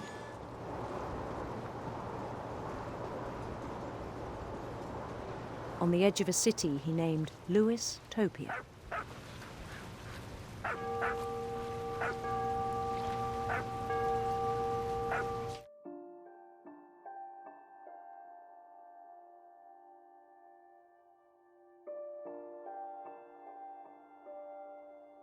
This is probably one of my favorite sections.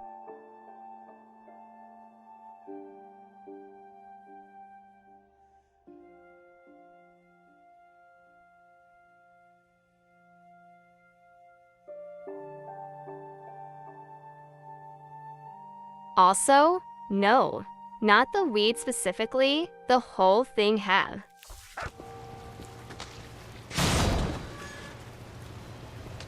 He built the city up slowly, brick by brick. Then he made musicians.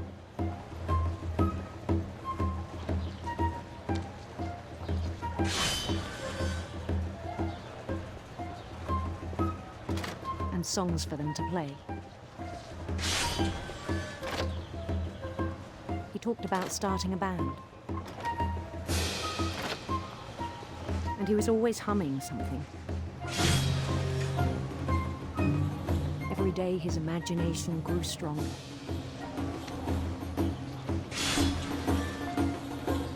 He no longer spoke at the cannery.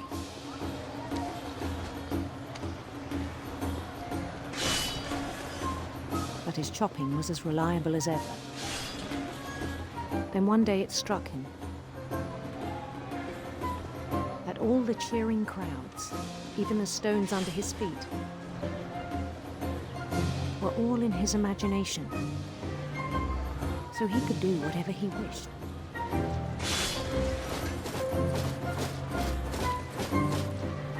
He held an election for mayor, and he won.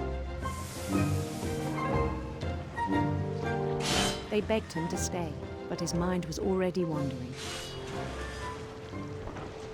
It became a game for him.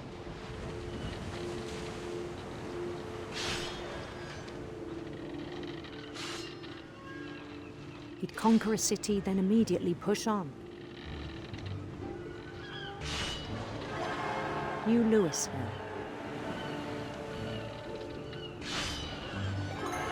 St. Louis. He started drifting away from our reality.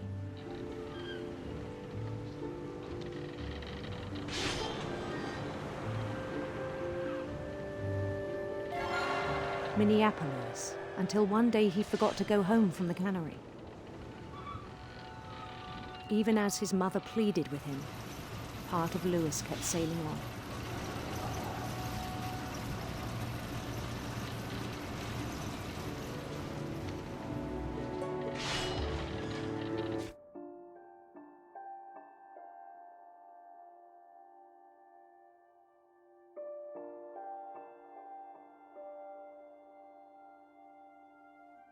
Louis has no mother, only fish.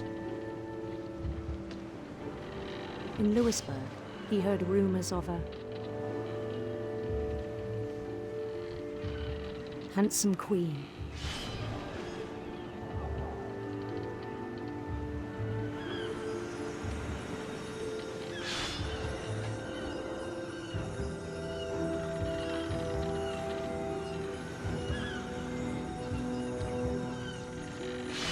The queen was on her own quest for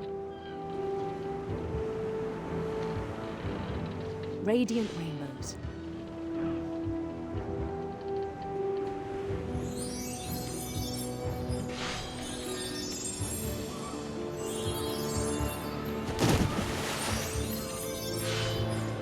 He followed the sound of her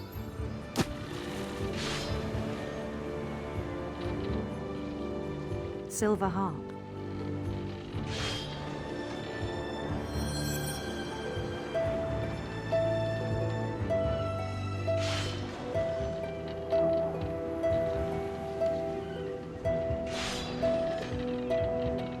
His chase led him to a golden palace east of the sun and west of the moon. Even then, his logic remained sound. He knew the world was all in his imagination.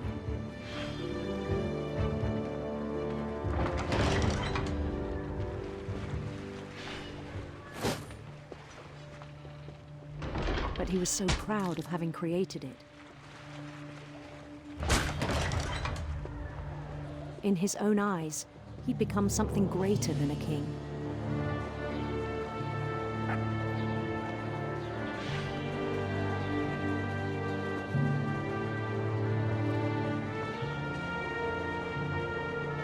For someone who'd never known success in the real world, I think it was overwhelming. And then it struck him that the real Louis was not the one chopping salmon, but the one climbing the steps of a golden palace.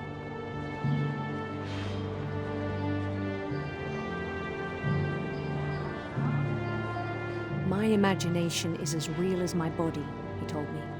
It was hard to argue with him.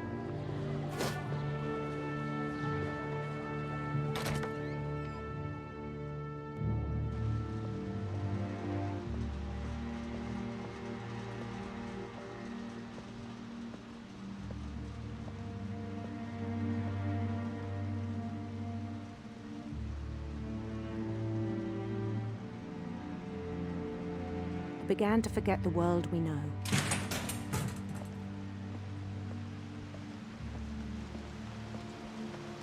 I think it pained him to remember Lewis, the cannery worker.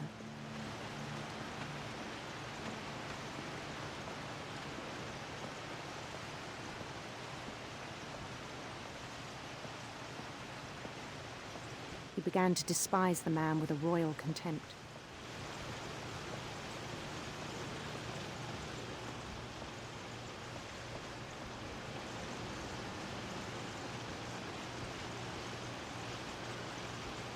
Hoshino. Olu.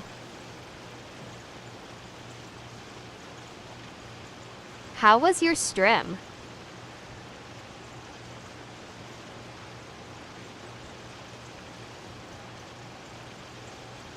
I was lurking earlier, but couldn't stay.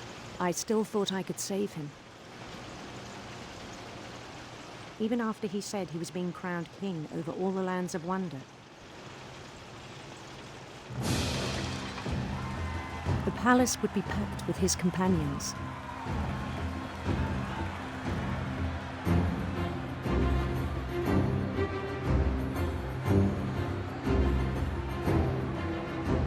Did you win at Overwatch?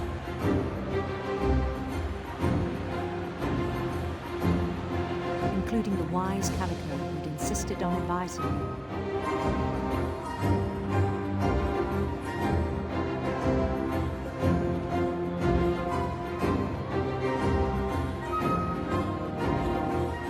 Let's go.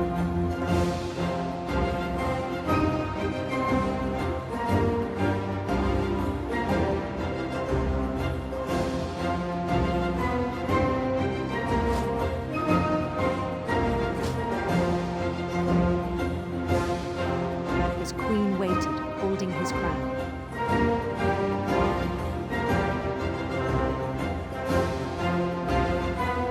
There was only one thing left to do.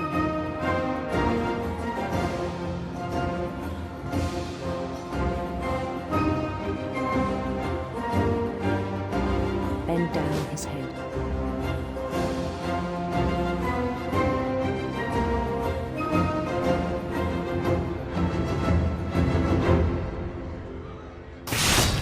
And the rest I think you know. Mrs. Finch, your son was a kind man who will be missed by all of us who knew him.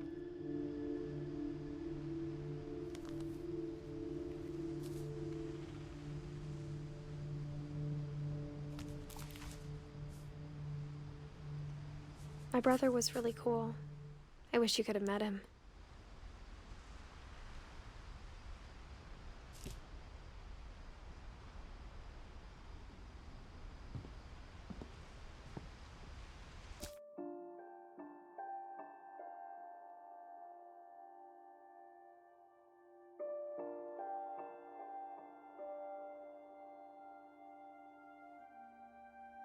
Not much left.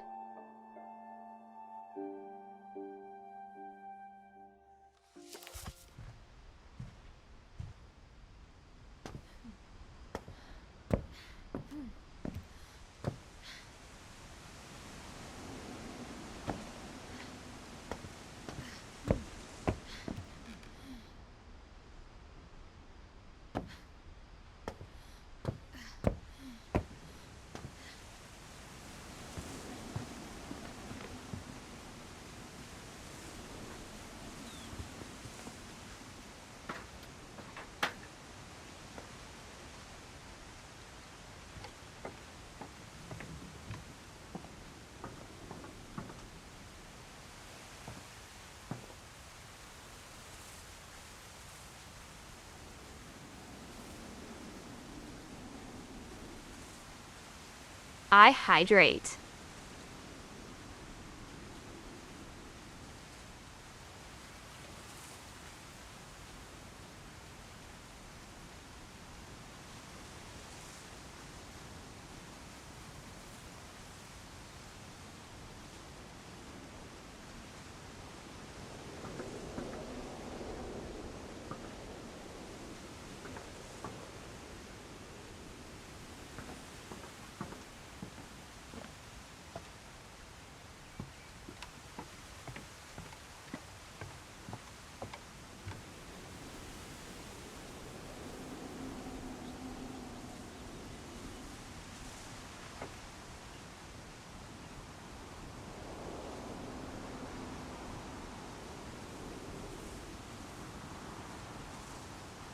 Okay.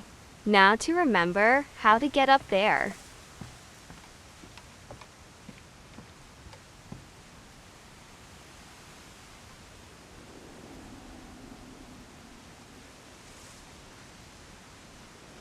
Okay, Lucy.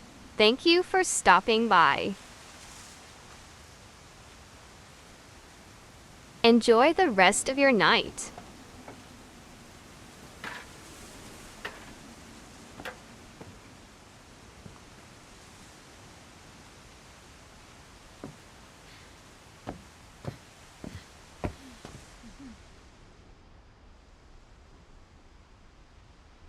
Rad will miss you most of all, lol.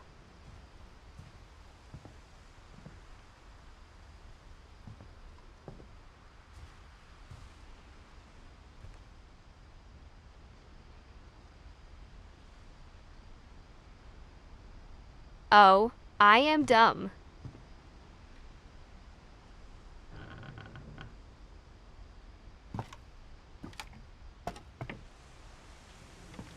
On the way back from Lewis's funeral, my mom told me to start packing. She waited until the day before we left to tell Edie. I'm not sure if she wanted to make it easier or harder.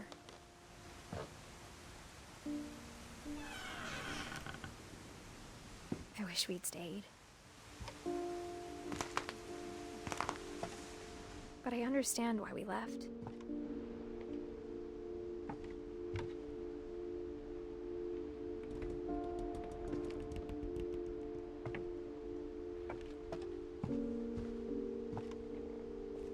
My mom ended up leaving everything behind.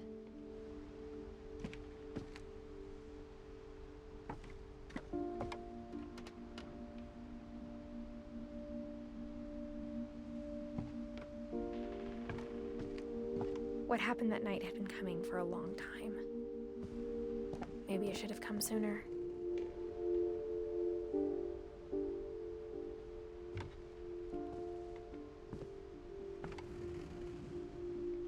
But it had to end one way or another. All that's left now is to tell you about that last night.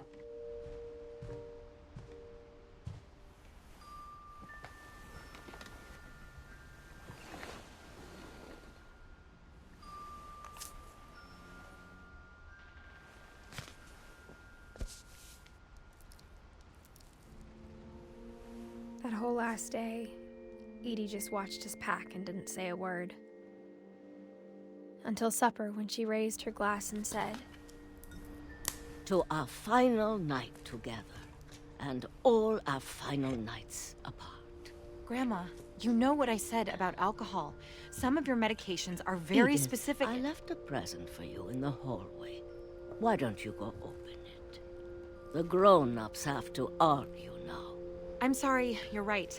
We're all leaving tomorrow. Let's just enjoy our last... I'm not leaving. Edith, you're excused.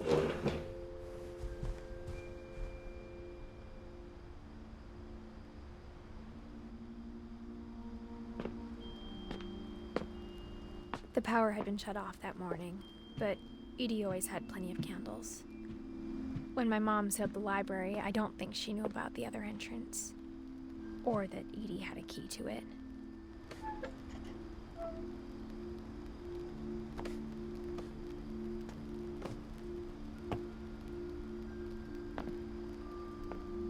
That thing you're afraid of isn't going to end when you leave the house.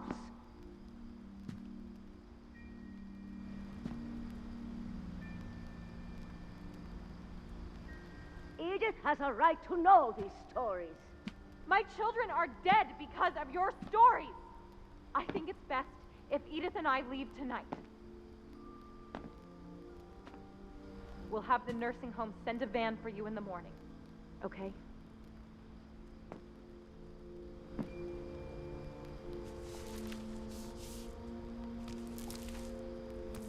Dear Edith, there's so many stories I wish I could tell you, but there's only time for one. This is about what happened on the night you were born. That night, the tide went way, way out.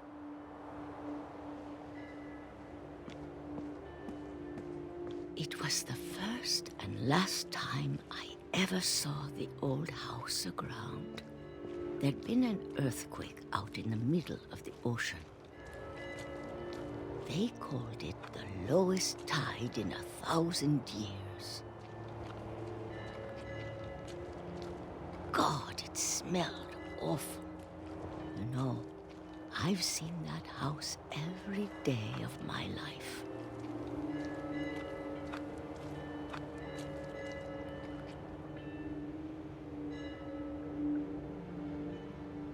You should.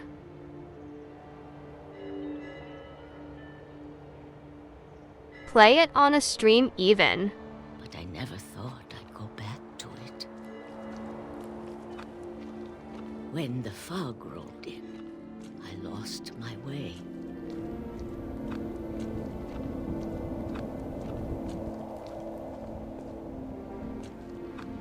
I got turned around.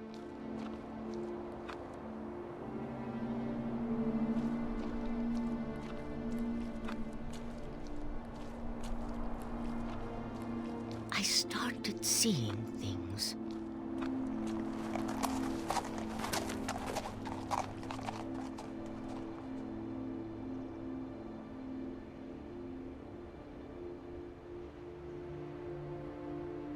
It is somber, but it is good.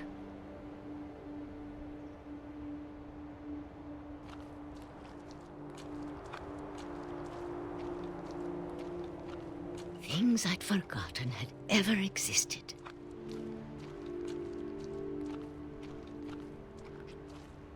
But when I saw them, they felt like old friends. That night, a lot of things came back to me. Or maybe I came back to them.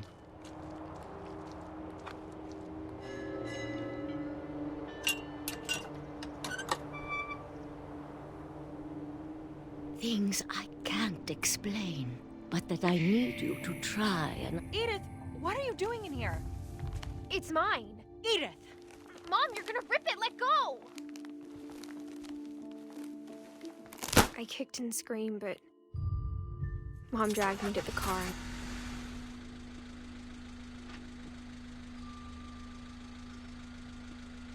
I never saw Great-Grandma Edie again. The next morning, the band came to pick her up, but she was already gone.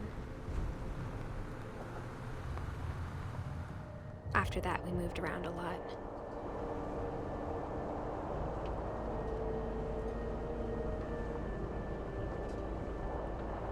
We both tried to make the best of it.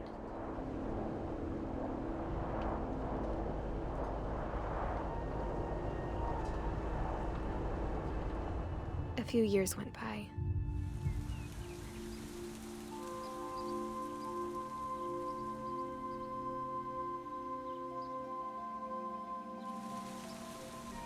My mom didn't like to talk about it, but she started getting sick a lot. The rest happened pretty quickly.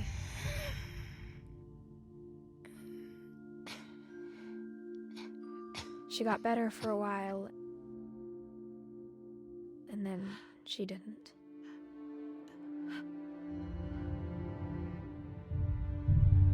And then I was alone.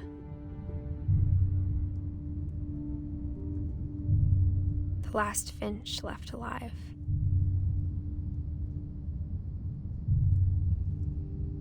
Until I found out about you. I'm still not sure what to tell you about all this. If we lived forever, maybe we'd have time to understand things. But as it is, I think the best we can do is try to open our eyes. And appreciate how strange and brief all of this is.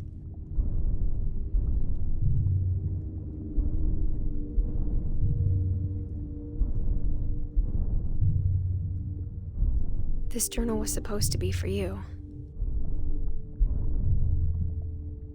But now I hope you'll never see it. I just want to meet you. and tell you all these stories myself. But I guess if you're reading this now, things didn't work out that way.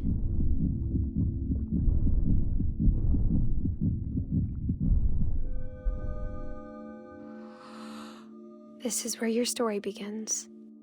I'm sorry I won't be there to see it. It's a lot to ask, but I don't want you to be sad that I'm gone. I want you to be amazed that any of us ever had a chance to be here at all. Good luck.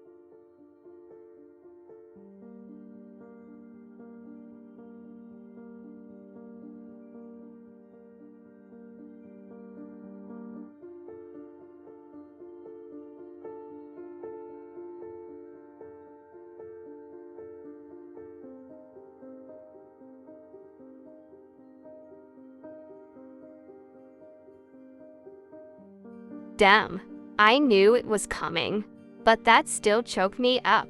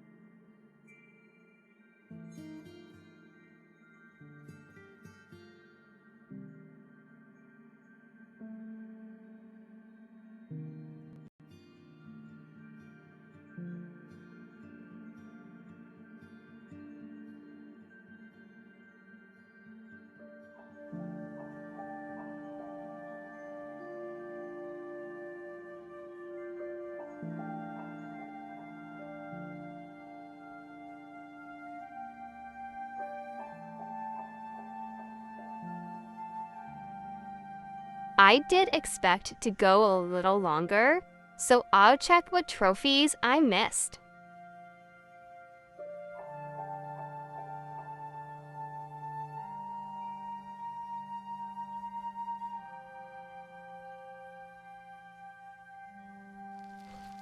Oh.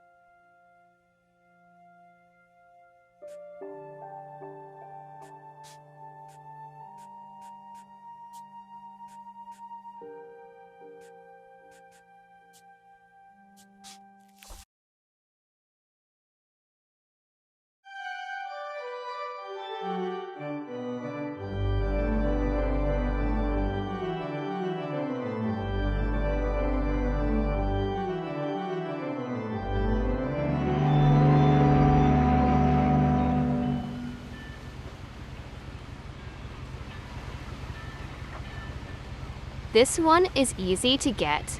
I forgot about it.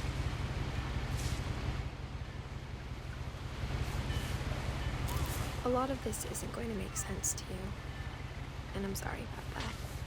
I'm just going to start at the beginning, with the house.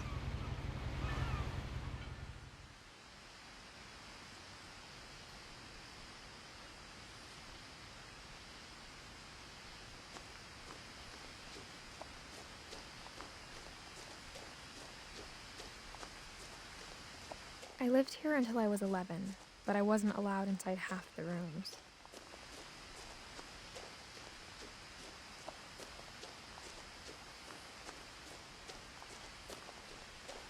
I hadn't been back since my brother Lewis's funeral.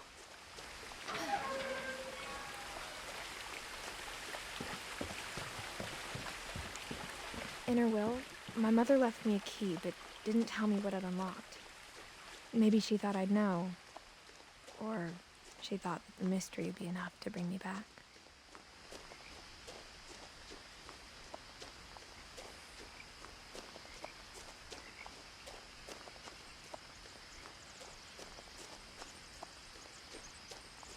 No one had driven this way in a long time, but I saw a few hoof prints.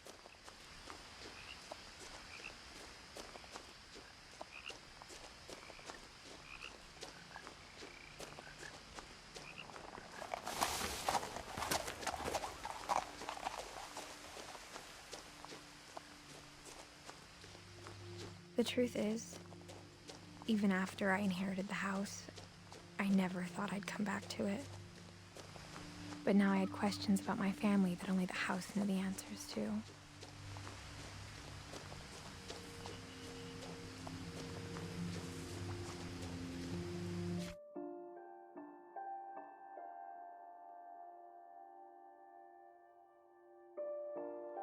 Gotta check something.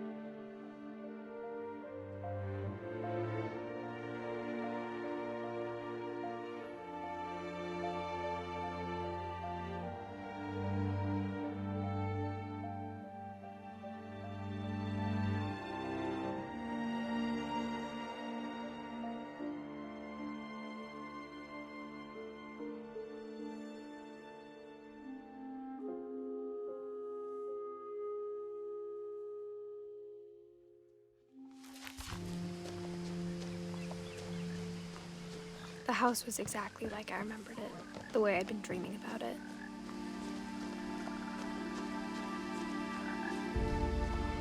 As a child, the house made me uncomfortable in a way I couldn't put into words.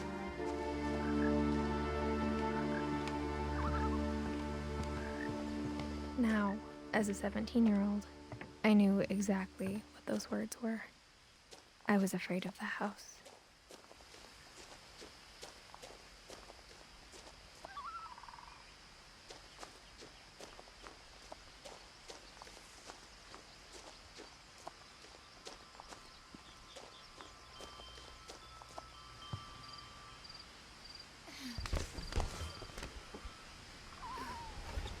Crawling through the doggy door used to be a lot easier when I was 11.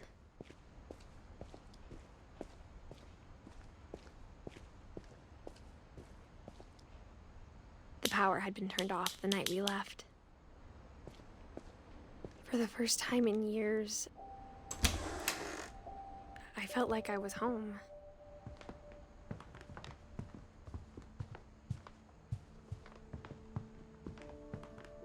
Nothing in the house looked abnormal. There was just too much of it, like a smile with too many teeth. A lot of things got left behind in the whirlwind of that last night.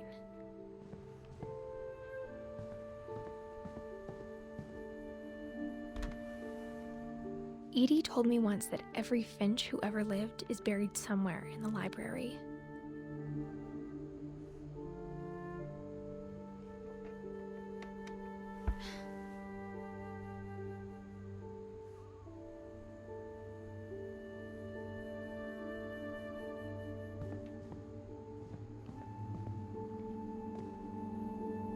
After Milton disappeared, Mom sealed up all the bedrooms. Then Edie retaliated and drilled peepholes.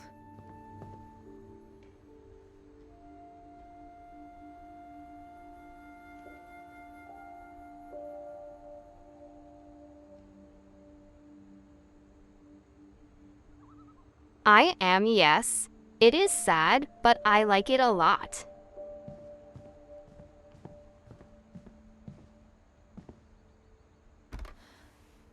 My Grandpa Sam spent 7 years sharing a room with his dead brother, Calvin.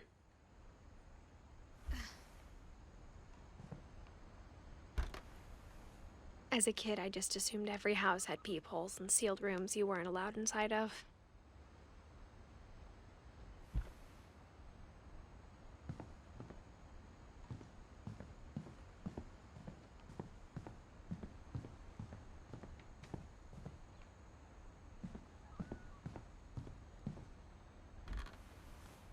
Barbara was a child star for 2 years, until America grew out of it.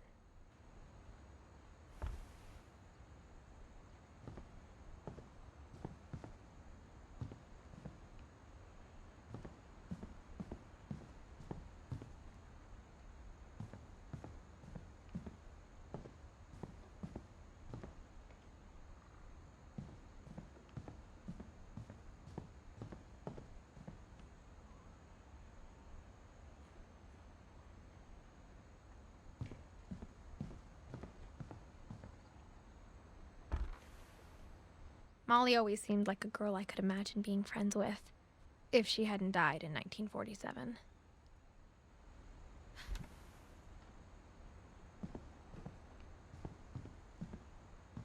I spent a lot of time playing in Great Uncle Walter's room.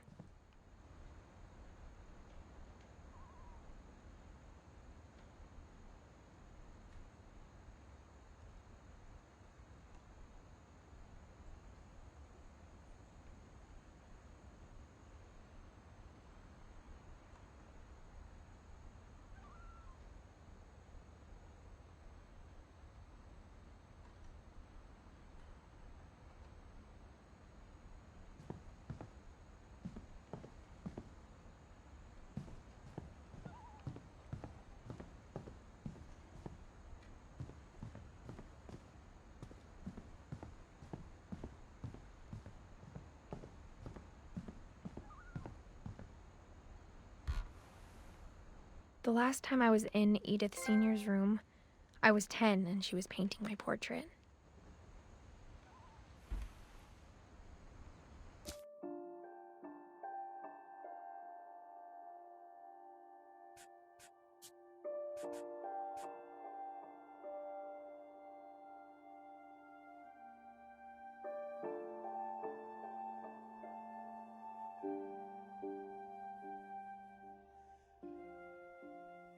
Now we just gotta play Calvin again.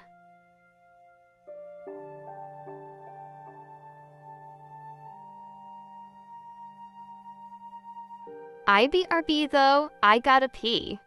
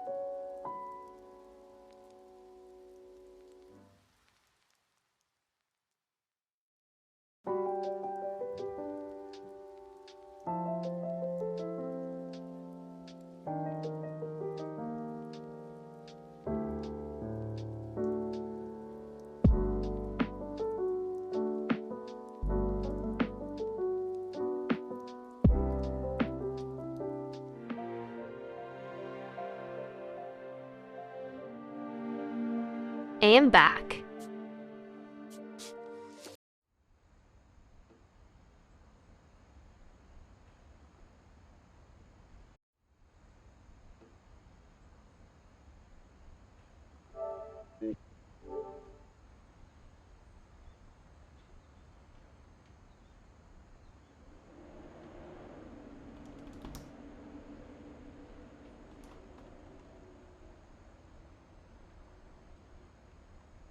Okie. Thought the game froze lol. I knew Grandpa Sam had a twin.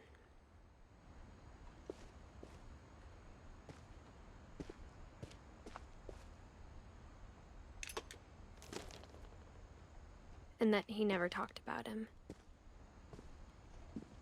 I guess my grandpa didn't like history any more than my mom did.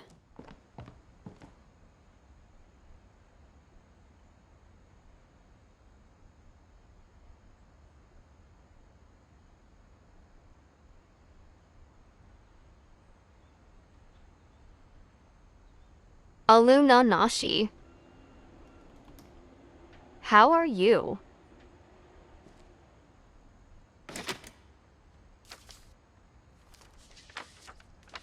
How I Want to Remember My Brother by Sam Finch. The thing I remember is that when he made up his mind, that was it. My brother said he'd die before he ate another mushroom, and he did. At Barbara's funeral, we swore we'd never be afraid again, and he wasn't. I think Calvin always wanted to fly.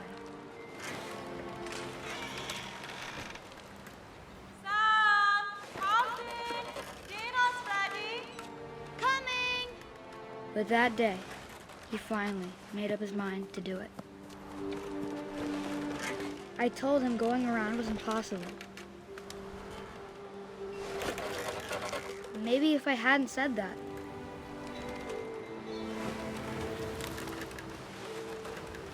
Alvin, I'm not gonna tell you again. Maybe if the wind hadn't picked up. Then maybe he'd still be here. But I doubt it. I think he'd already made up his mind. That's what I want to remember about my brother.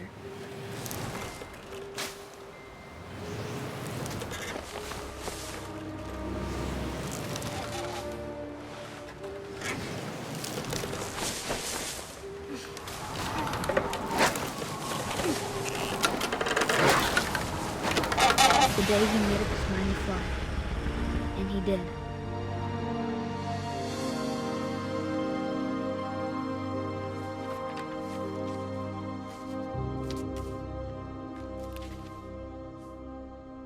Calvin's story felt strangely familiar. When I was younger, I remember trying to do the exact same thing.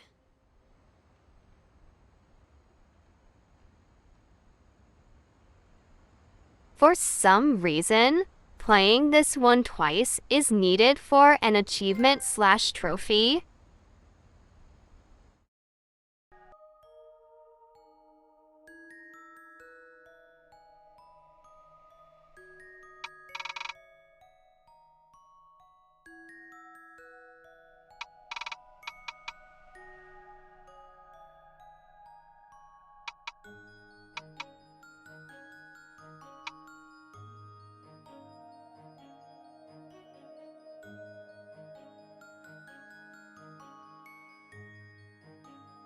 Maybe IDK.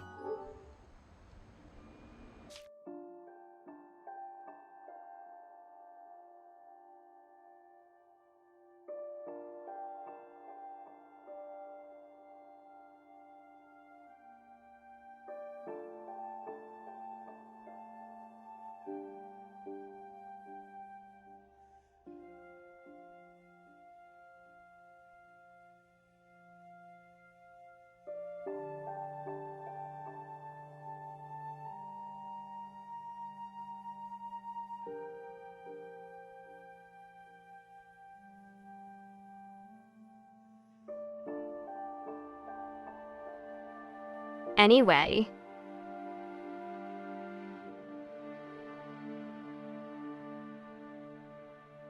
Time to find someone to raid.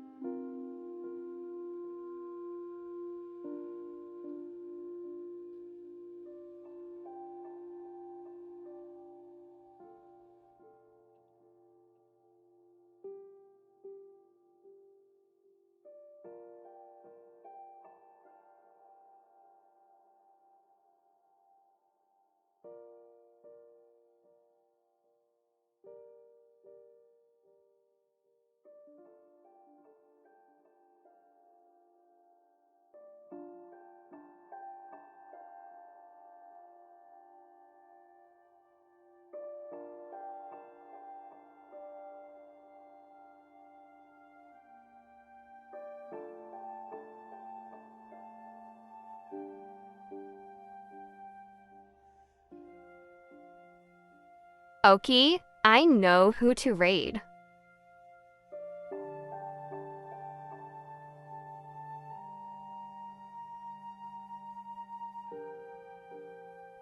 Thank you guys for being here.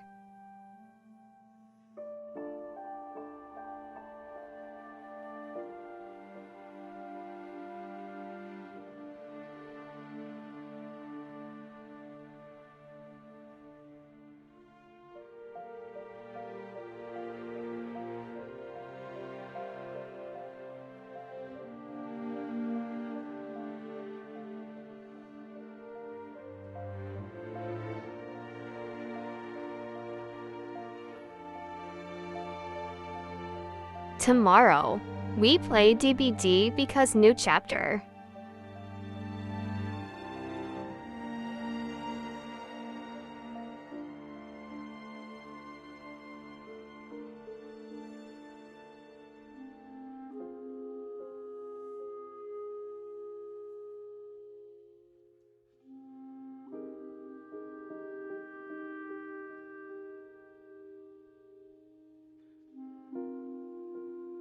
I would like to start earlier if possible, but we will see.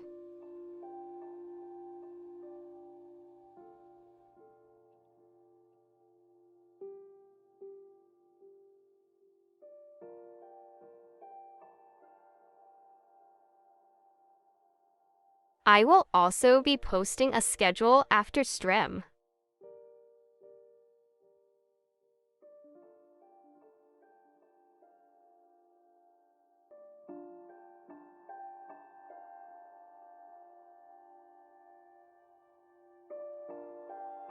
Make sure to follow me on Twitter and join the Discord.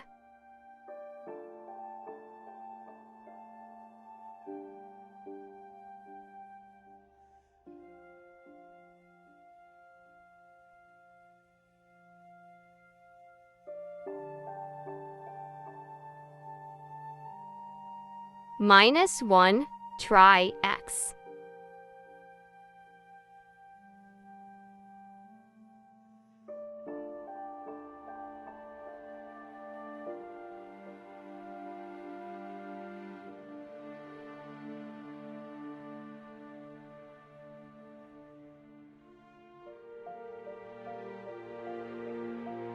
Teehee.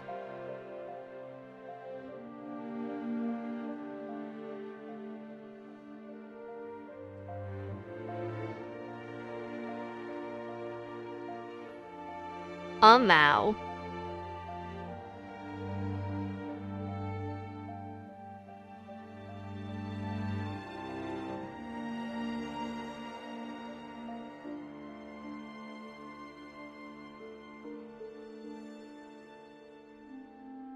Okay, I don't have too much else to say, so we raid.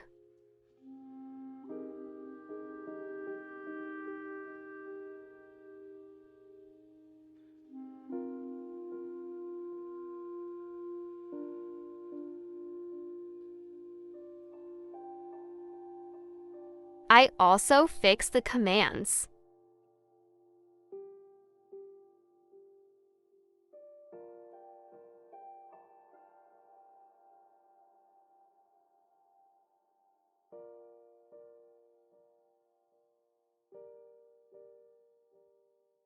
Raid 2 was meant to be the non-sub hab.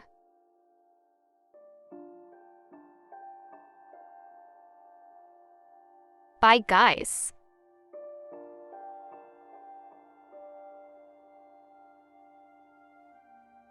Damn rad.